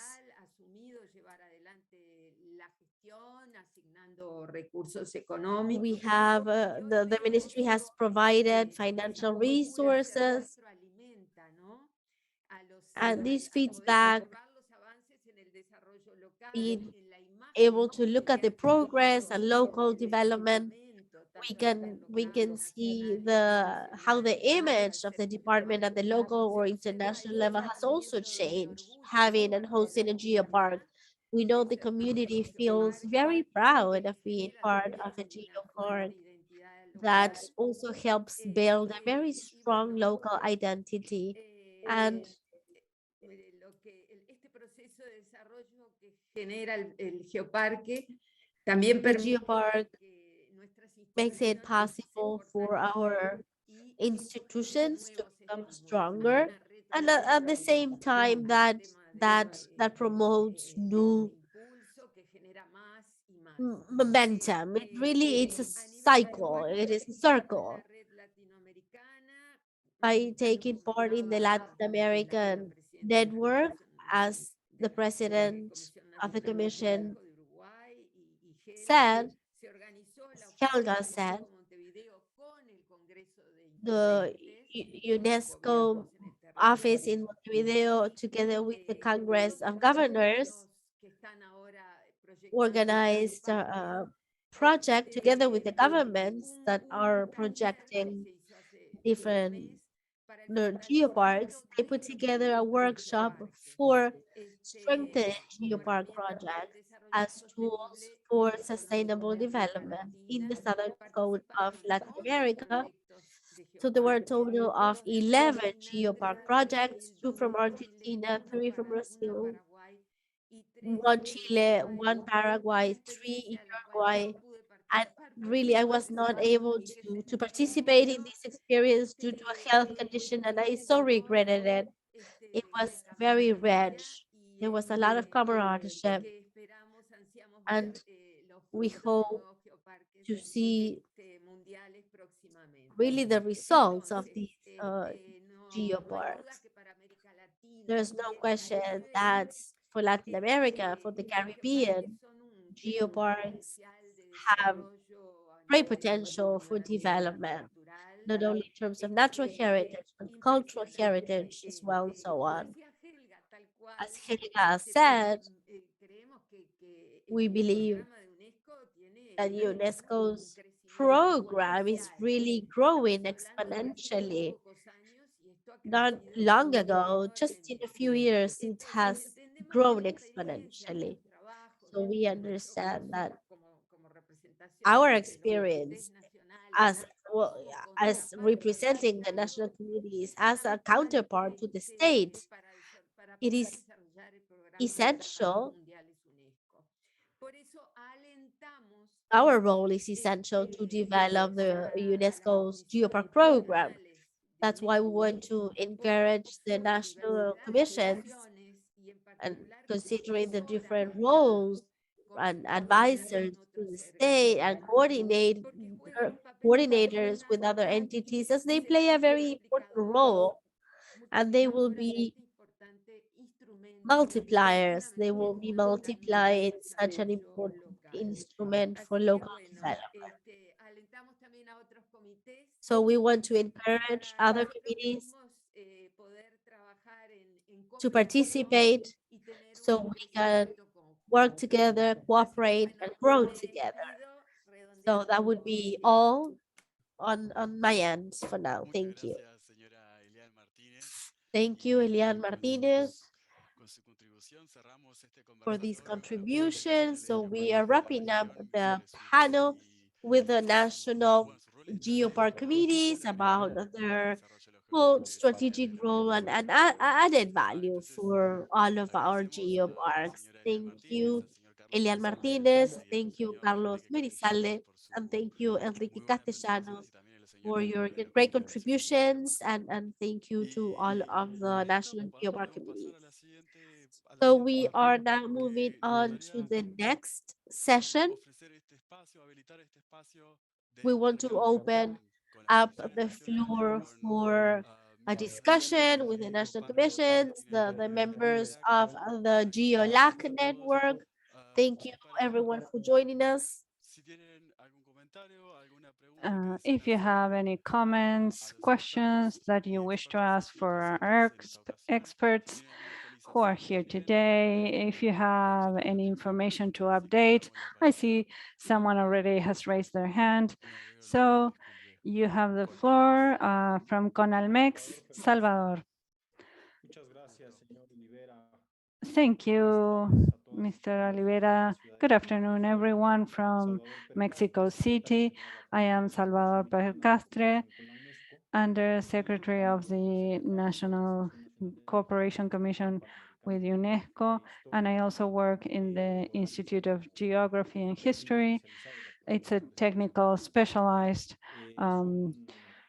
body that works with the OAS as well.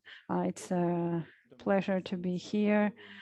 I give you the regards of my boss, the Secretary General, and also the head of the CONALMEX, the Minister of Education, Minister Delfina. I also want to congratulate the members of our Mexican delegation here, representatives from the Geoparks Mixteca Alta and Comarca Minera. We have two consolidated geoparks in Mexico. We have already worked in the, not just in the natural development, we also work a lot in spreading raising awareness and education, also from the Autonomous University of Mexico, who are here today. In Mexico, we are very interested in providing all the support that we can for geopark committees in Latin America. So please remember that Mexico is here institutionally to be able to contribute to all geopark projects. It's an institutional commitment also for this commission.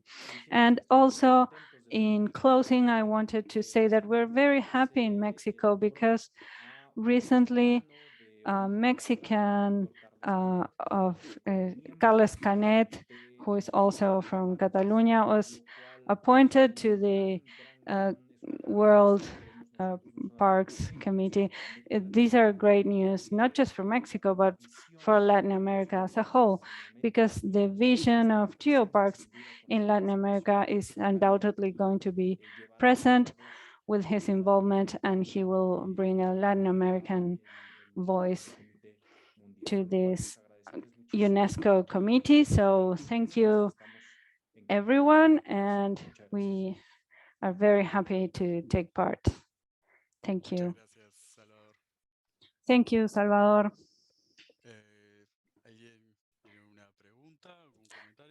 Does anybody else have a question or comment from the presentations that we discussed today? Facundo, if I may, I have received questions through other channels because we have so many platforms available for social media and communication. So I have several questions. One question about whether there are other countries that are working on forming national geopark committees. Is anybody here who would like to share about their progress, if they have the motivation to do that?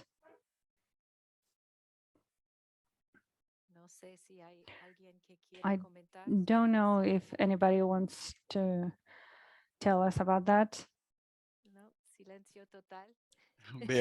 Complete silence. Oh, I see in the chat that we have one answer to your question. Yes, Brazil. Yes. Hi, if you can hear me, I'm Marcos. I'm the scientific coordinator in Seridó, UNESCO Global Geopark. Can I tell you about it?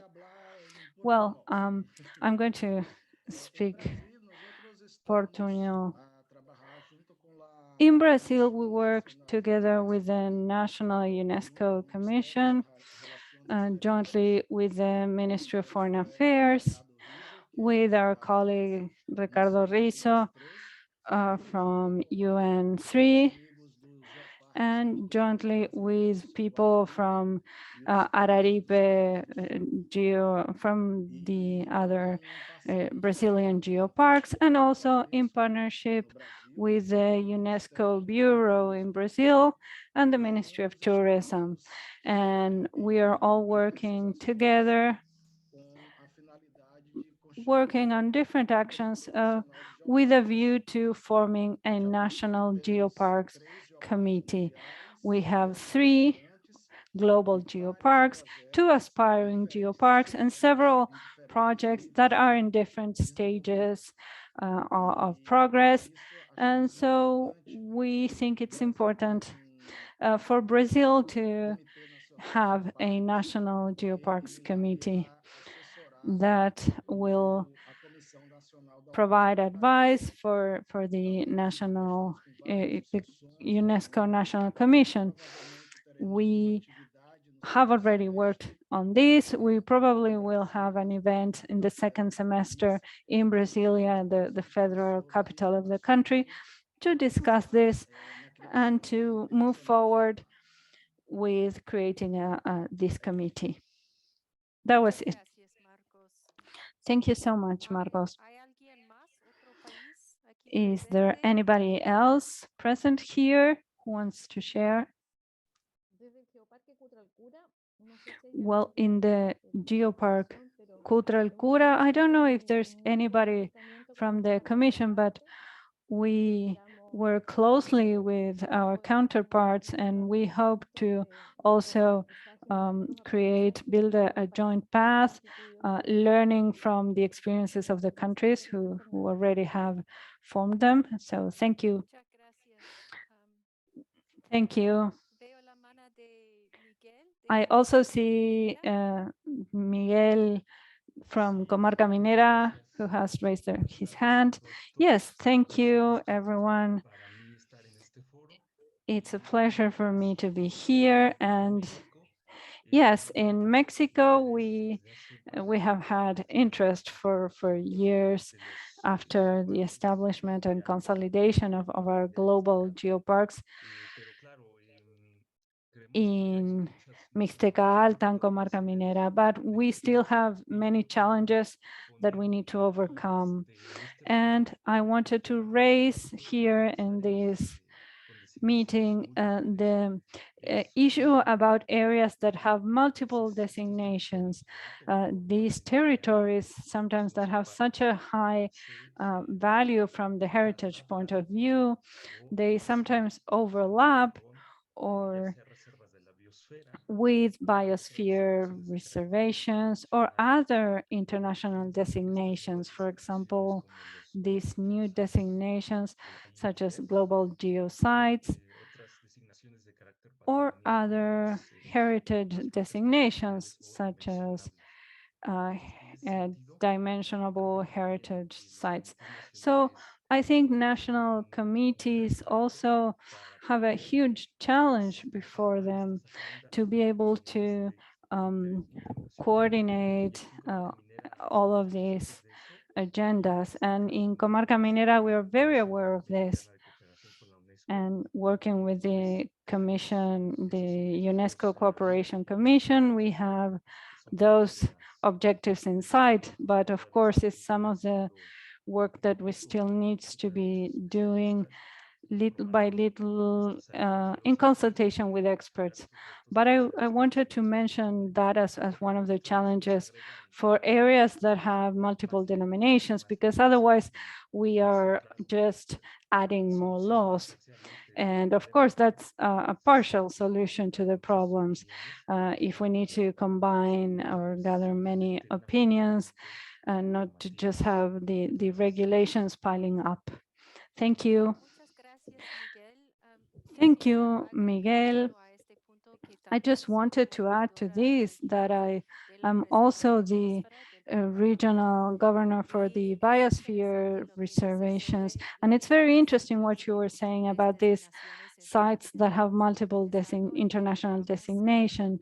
Is something that we have mentioned in that Southern Cone workshop, because I think this is increasingly something that needs to be considered carefully for territories and sites. And perhaps if it's something of interest, we can think of creating training materials, maybe virtual workshops, some things that we can develop and conduct in the region or sub-regions, because as you mentioned, yes, it is something that is beneficial. It has advantages, but it also has challenges. So it's something an issue that we need to consider. There's a publication from a few years ago that is available. It's published by UNESCO about World Heritage Sites, Biosphere Reservations, Bioparks, and Ramsar sites. But you are correctly that there are other designations that also need to be taken into account. Thank you for noting that. I also see Patricio has raised his hand, and then Joaquin Jamil. Hi, good afternoon. Good afternoon, Serena, Christophe, Fernandez. I wanted to also say hi to Bidondo from GeoLAC, and all our friends. And I'm so happy to see you all here. And it's very important, Serena, yes, because when adding new territories, new projects to the ones that are already, and the ones that are already awaiting evaluation, the emergence of the participation of national committees, national bodies that support that processes, this has been very fruitful and powerful. I'm very optimistic that in this year, we are going to move forward with our national committee in Brazil.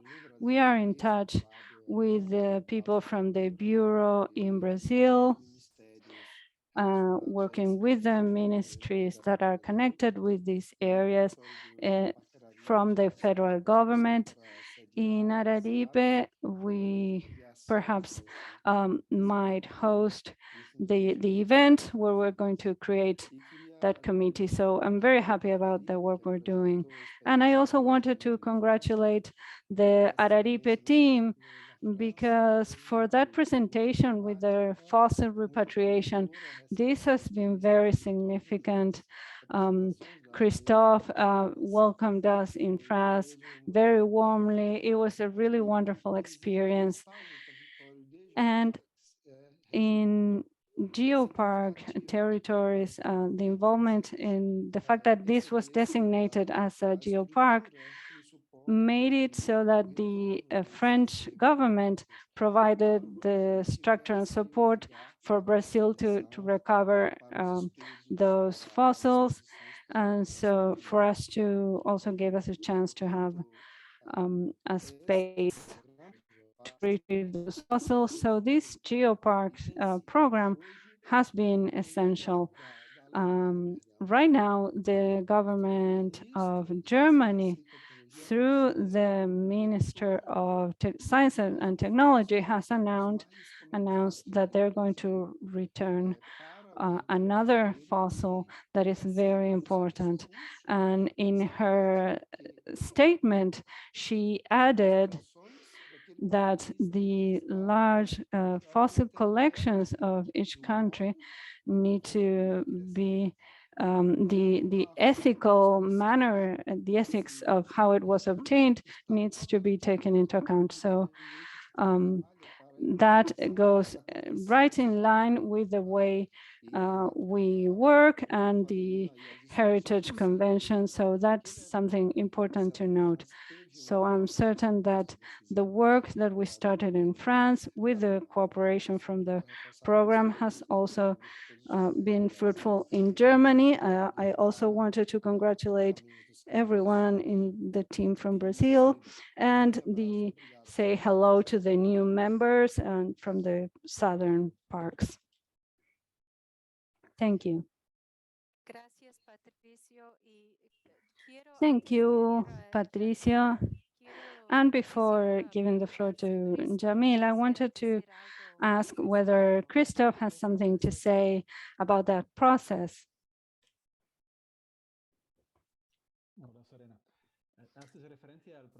Thank you, Serena, about the National Committee or the fossil retrieval.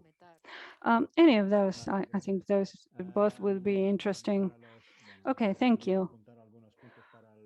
Well, I have some final points that I had prepared for closing, but you are correct. Bringing together biospheres and geoparks and cultural heritage sites, it's not a challenge only in Latin America. We see that around the world. It's important to have cooperation. I think it's difficult to have very clear guidelines or directives because each case is different, but it's important to have cooperation and also differentiation. Sometimes we see there's a geopark that is a natural park, and that is a copy of the natural park. But there are differences in their activities. And the same for biosphere reservations.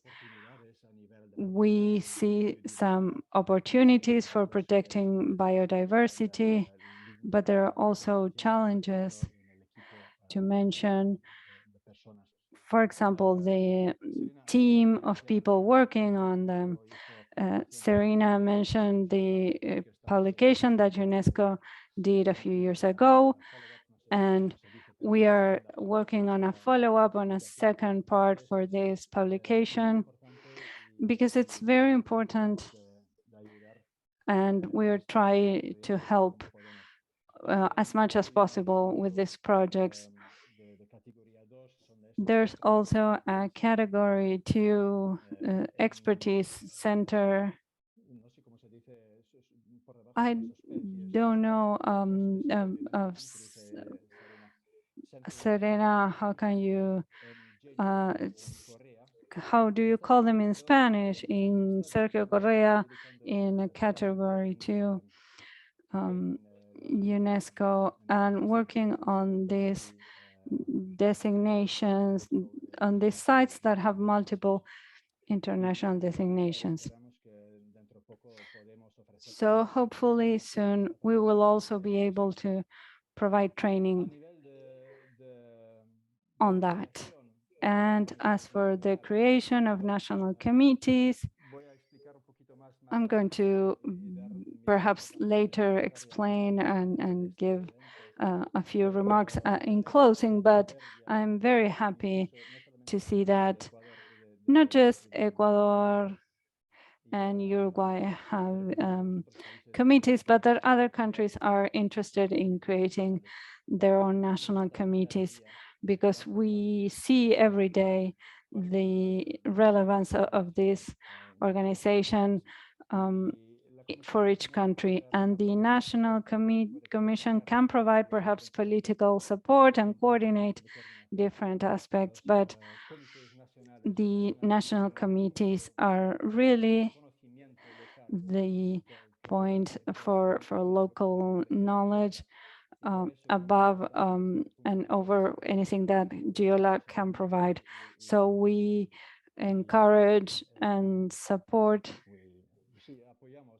the interest in forming these national committees, because we can see a difference when a country has a national committee and the quality of the applications that we receive. We can really appreciate that. And Serena, if you let me, afterwards I'm going to go further into that, but that is what I wanted to discuss right now. And finally, about the multiple designation sites, it's a different role for national committees, because they can combine national focal points for the MAP program, for the World Heritage Program, and the national focal points for the Geopark National Committee, to ensure that guidelines for the sites are in line, they are in dialogue both at the national and local level, and to see that everything is in harmony and not creating more work at the local level. So because that may slow the work down. So when we are designating a new site in a territory that already has another site designation, that the idea would be to have less work. That's one of the possibilities. And now to Jamil, please. Apologies for the wait. Good afternoon. Thank you. I want to thank everyone and all the members in our National Commission. I think I saw Angela and hello, Gilberto, who's here as well. And they provide the support por Volcanes. And when I took office coordinating this work this year, we found that the vision for the geopark was not undertaken in the way that needs to be done.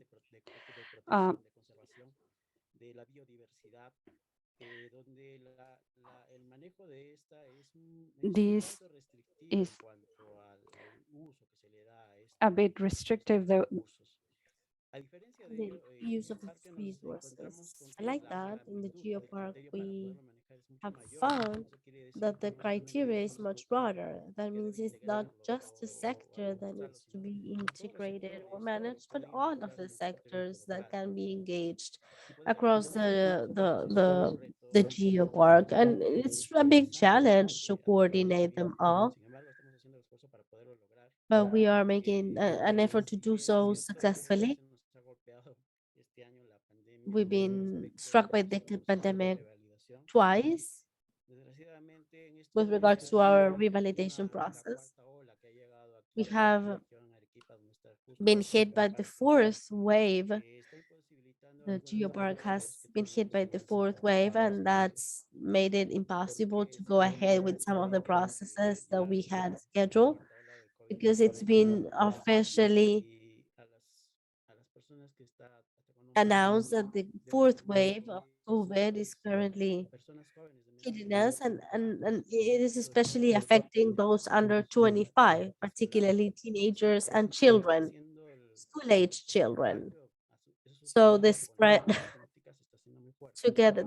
together with the climate conditions, it's really had a very important impact.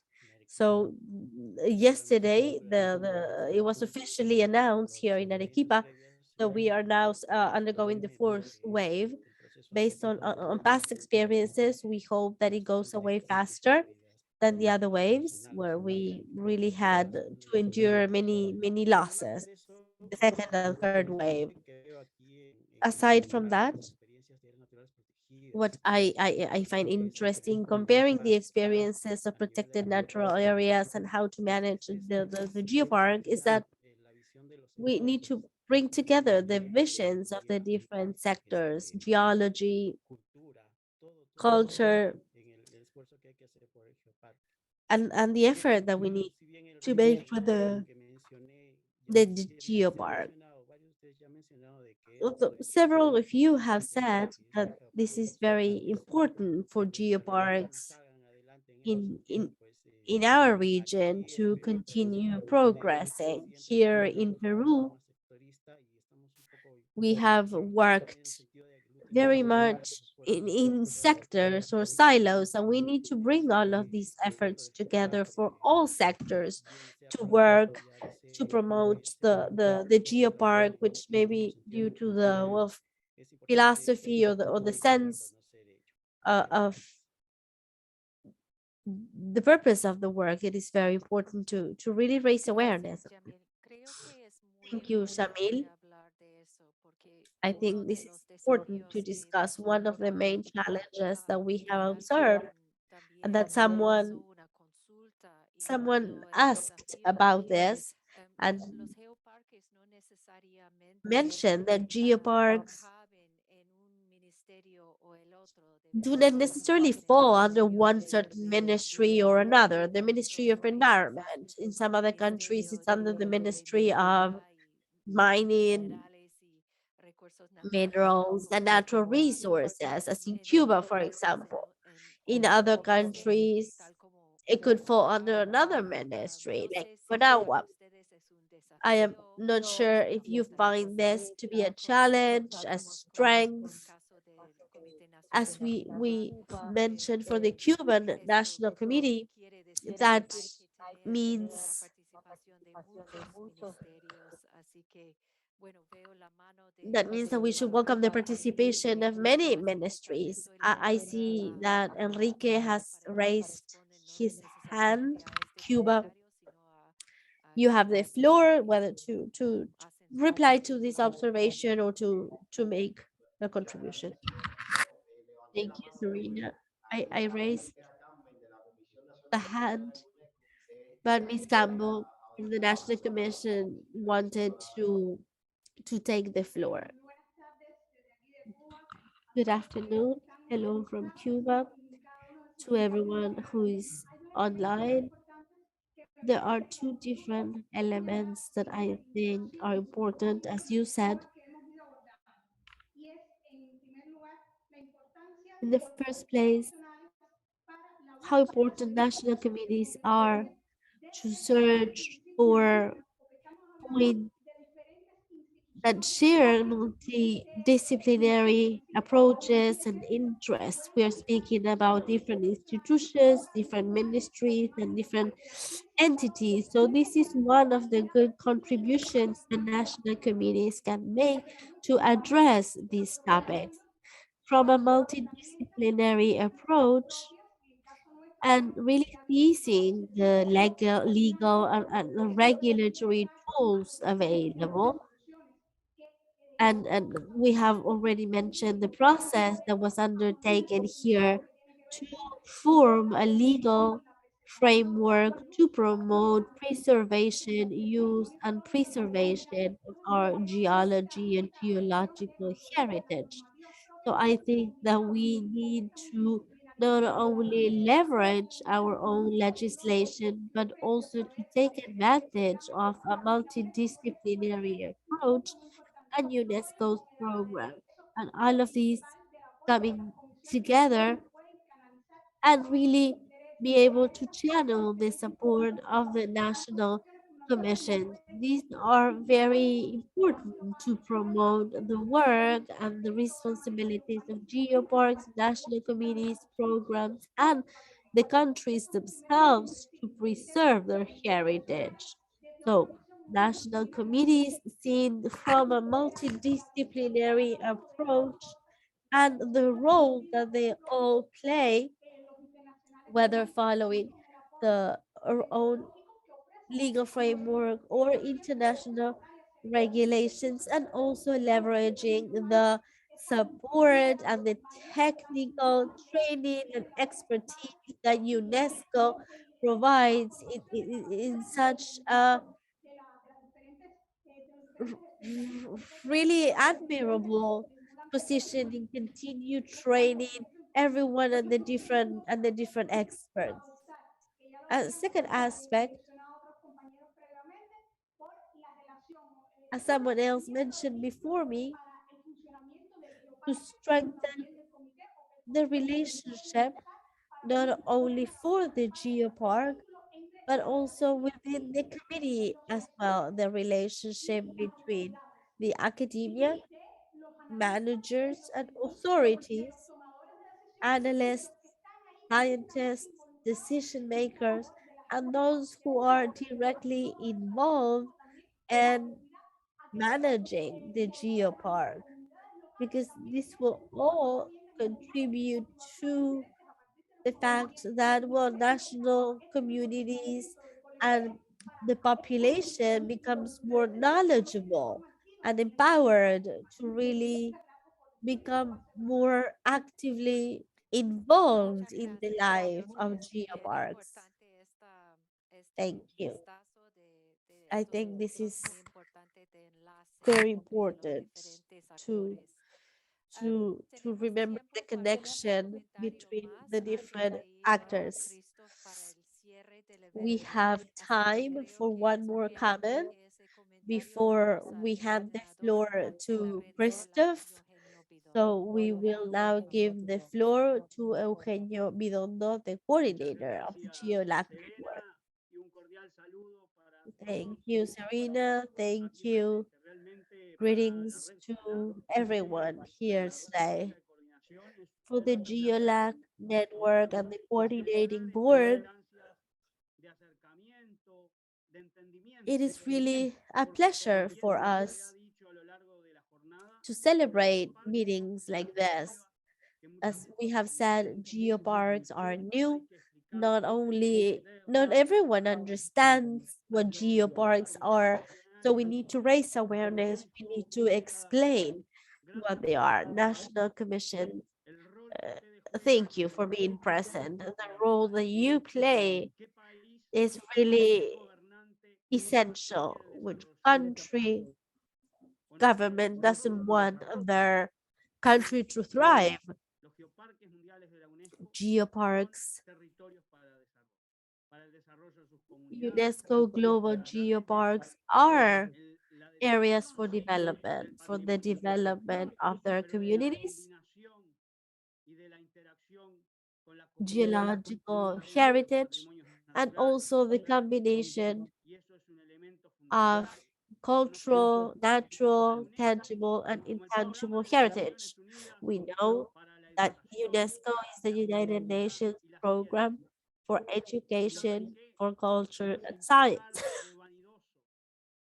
and I don't mean to sound vain, but geoparks are a synthesis of a process where all of these actions are involved. And I don't mean to sound conceited, but that's really the strength.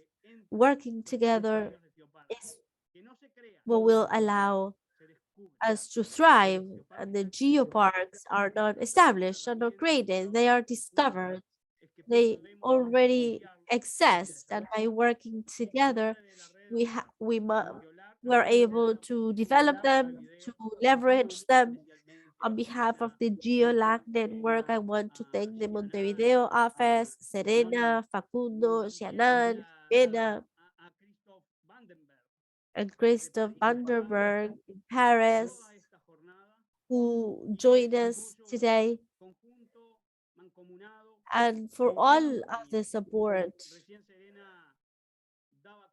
that we receive. Serena just spoke about the fact that they're also responsible for the Biosphere reserves through the GATEC group, something that is really very new, only 2.5 years, but they're working together, and we really are called to continue working together. It's our calling. It's not one or the other. We need to think about everyone's development. And it's not just about working on behalf of one side of humanity. Actually, we need to open our mind and to go beyond the different countries, those that are representing the countries before UNESCO might have different backgrounds, literature, science, education, but understanding the scope and the reach of geoparks is going to be essential to continue setting up national committees, geoparks that are so essential for interaction at the different levels, national level, departmental level, regional level, and local level. Thank you again, Karina. Thank you on behalf of the GeoLAC Network for allowing us to be here, for organizing this session. And this is not the end. And as you know, we are committed to continue working together. Muchas gracias, Eugenio. Por las Thank palabras you, muy inspiradoras. Eugenio, for Voy a such pedir inspiring prisa y words. paciencia por 2 minutos más, Christoph, por I favor. will ask you to Un be a anuncio, little bit un more patient for 2 anuncio. more minutes. I have an Esta announcement and a plataforma request. es We need to take a permite, vamos a picture dar un anuncio. and also an announcement. Tenemos algunos podcasts, Janan, por favor, si We puedes have mostrar, some vamos a podcasts. poner Janan, el if you enlace can please a los display it, podcasts. and El we are día going que we're going to son write the link to podcasts the sobre podcasts in the chat elementos box. These are técnicos. podcasts about different Pueden technical aprender mucho aspects más de related to expertos, de geoparks, Christoph, de Elga, de interventions from César, different que está aquí cerca, experts. Carlos, Christoph, Elga, quienes están Cesar, aquí. who's here, Aquí Carlos, who's pueden also conocer here, más de geoparques en so you Chile. can Así que learn estamos more about estrenando geoparks cada in these semana por conversations. semana. There will be a new one every week for 6 Así weeks. que pueden escuchar mucho más sobre los And so you can geoparques. listen to this. You can listen Así que por about the favor geoparks. prepárense para las So fotos. Quienes let's están get ready tomando for fotos, the por favor picture. Who's avísennos taking the cuando picture? estén bien. Let us Después les doy know la when you're palabra. ready.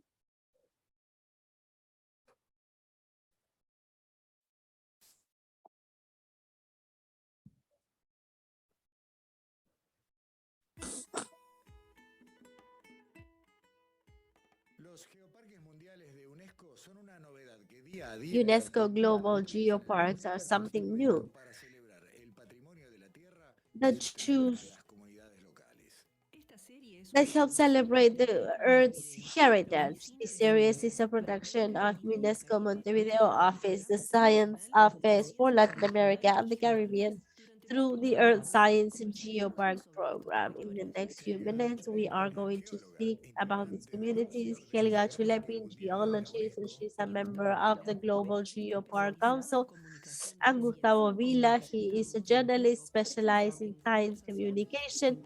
We are happy to present Geoparks a conversation.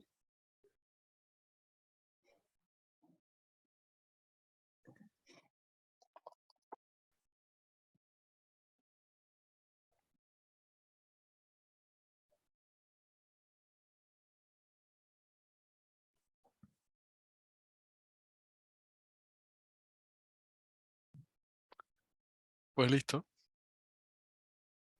Okay, that's done.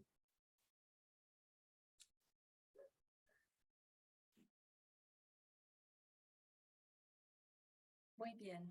¿Tenemos las fotos? Okay, great. So is the picture taken? Yes, Muchas it's gracias. ready. Thank you. Así que, por favor, Chris. Okay, Christoph, you have the floor. Thank you, Serena. Congratulations for the podcast. Good afternoon, Your Excellencies. And I want to thank the speakers, Ana Rivero, Helga Chulepin, Enrique Castellano, Carlos Merizalde, Liana Martínez, Eugenio Bidondo, Patricio Melo, and all of the Geo friends, as someone mentioned earlier. And thank you for such interesting debates and presentations. And it is my honor and responsibility to summarize such a rich and important debate. And I hope I can honor all of them and all of the recommendations that were addressed. So the Secretariat, UNESCO's Secretariat, is fully convinced about the role of the national committees. They play a crucial role, and they have proven so every day. And they are a very important partner to us, as it's been mentioned before, and we should not forget it. The Geoscience and Parks program is not an intergovernmental program, it's an international program. And unlike the Biosphere program, for example, the World Heritage program, that have a very clear core ministry, which is not the case for our ministries, that sometimes they will be under the Ministry of Environment or the Ministry of Mining or Foreign Affairs, even in some cases. So it is even more important. The other programs, there is a difference in coordination. We always say that geoparks are expert driven, and they are dependent on the communities and to adopt a bottom-up approach, and that's true. But no geopark will be successful unless they have the support of the government, not only the national government, but regional governments and even municipalities, as mentioned earlier. And I think that it is essential that we can coordinate them all and liaise among the different actors. I understand the result of the poll stating that governance is the biggest challenge, and this doesn't differ from other regions in the world that have stated the same. So today, more than ever, or in other programs, it is very important to remember the role of the National Committee and the commissions. I would like to mention again what Carlos said: coalition and trust. I think these are two key words that show how important the role of the National Committee is. And I wanted to summarize a few points that I think are very important.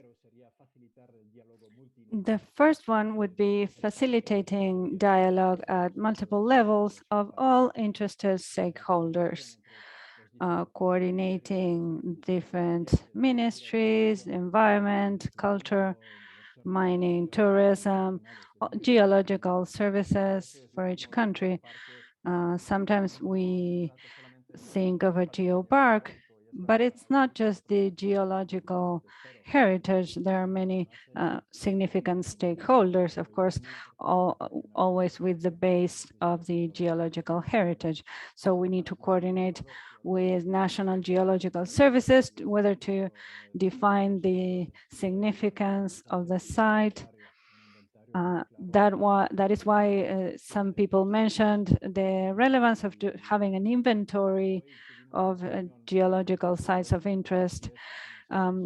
Today we had a meeting with the UGS that provides advice to candidates, and they see, and I share this opinion, that there is there are huge differences from one application to another, and we can very clearly see the work behind a good application where there is a good national inventory. And that is in part explained by the lack of clear guidelines. And it is true that sometimes there is room for interpretation as to the international relevance or significance of geological heritage. So we are working with UGS on the guidelines to provide more clarification for candidates or experts, so that we can better understand what we mean by international significance for geological heritage. And this also sometimes happens because it's for lack of awareness or knowledge about the concept of geological heritage. And so that is why the national expertise connected with the geological services and the corresponding ministries are key. And to build a bridge with other public entities at the national, regional, local levels to raise awareness about these issues is also very important, because a lot of people still don't know about geological heritage. And so it's very important to work with local municipal governments. And also, as it was mentioned, there are other denominations of World Heritage. So the role of the National Commission is key to connect all of these stakeholders. Also, in bringing together the academia, some of the challenges of geoparks, often the initiative comes from academia, but it is also necessary to work with the other stakeholders. And I also think it's very important to define a clear path with focal groups, the steps that a project needs to go through to be approved at the national level and then to be sent to the UNESCO Secretariat.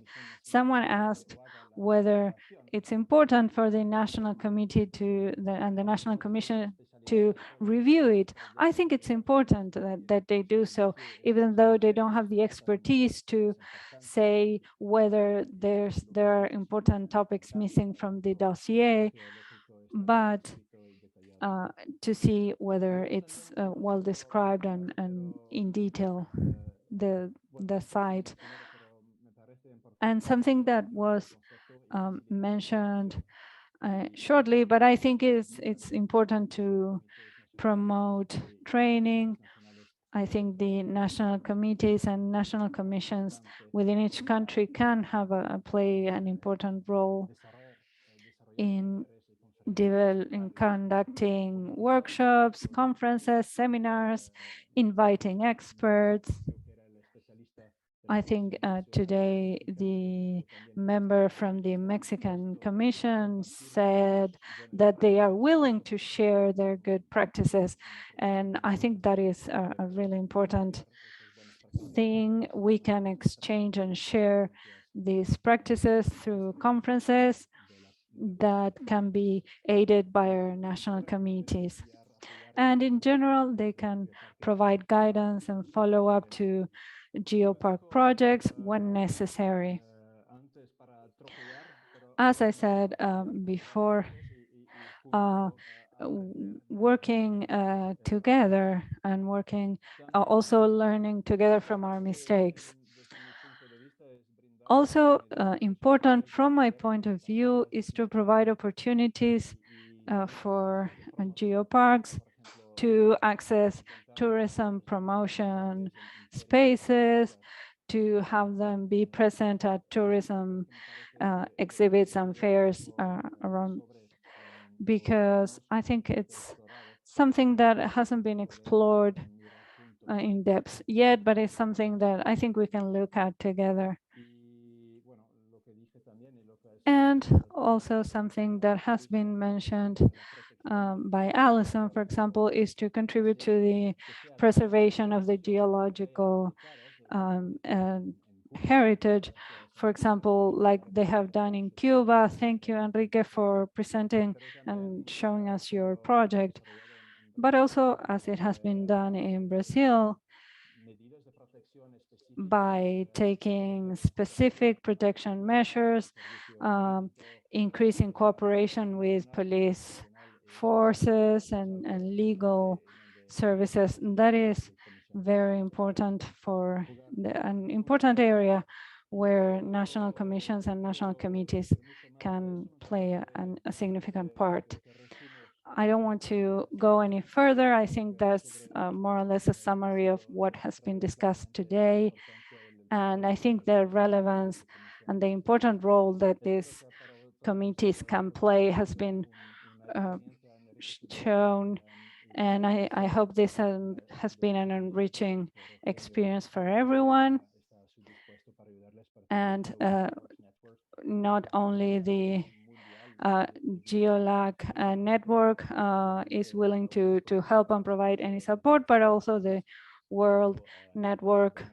And we can provide our support from here in Paris or from Montevideo, our offices in Latin America. We are always willing to help you with anything you need. And I hope that in the future we will continue working and growing this network of geoparks in Latin America. We have 10 today, but I am really impressed with the number of projects and the number of aspiring geoparks. And this is all very promising for the future. And hopefully we will work together in these projects. And in closing, Serena, if I may, I want to thank all of the presentations and you, Serena, as well, Facundo, and all the team members in the Montevideo office and all of the other UNESCO offices as well, and GeoLAC for preparing this event and organizing this session today. Thank you. Take care. Thank you so much.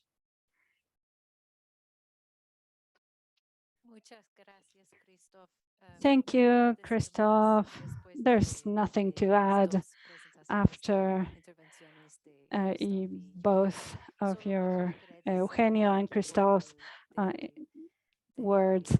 I just want to thank the team of the International Program of Geoscience and Geoparks, Facundo, Janan, Soledad, Felipe. Thank you, everyone. Good evening. Thank you for your participation.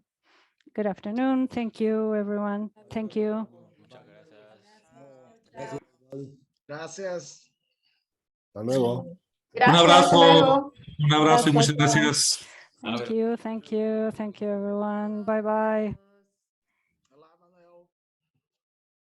Estén muy bien. Algunos aparecen Obrigado. recién ahora. Gracias, Carlos. Chao. Con mucho gusto. Mucho gusto, muchas gracias. Cuídense, que estén muy Hasta bien. luego con todos. Igualmente. Cuídense. Bye bye. Supun Jagama. Ya, Hasta pronto. hasta pronto. Pero, Hasta luego. Paramos la Janat, si grabación puedes, y sí, Ya. apaga la grabación. bueno, chao, chao. adiós.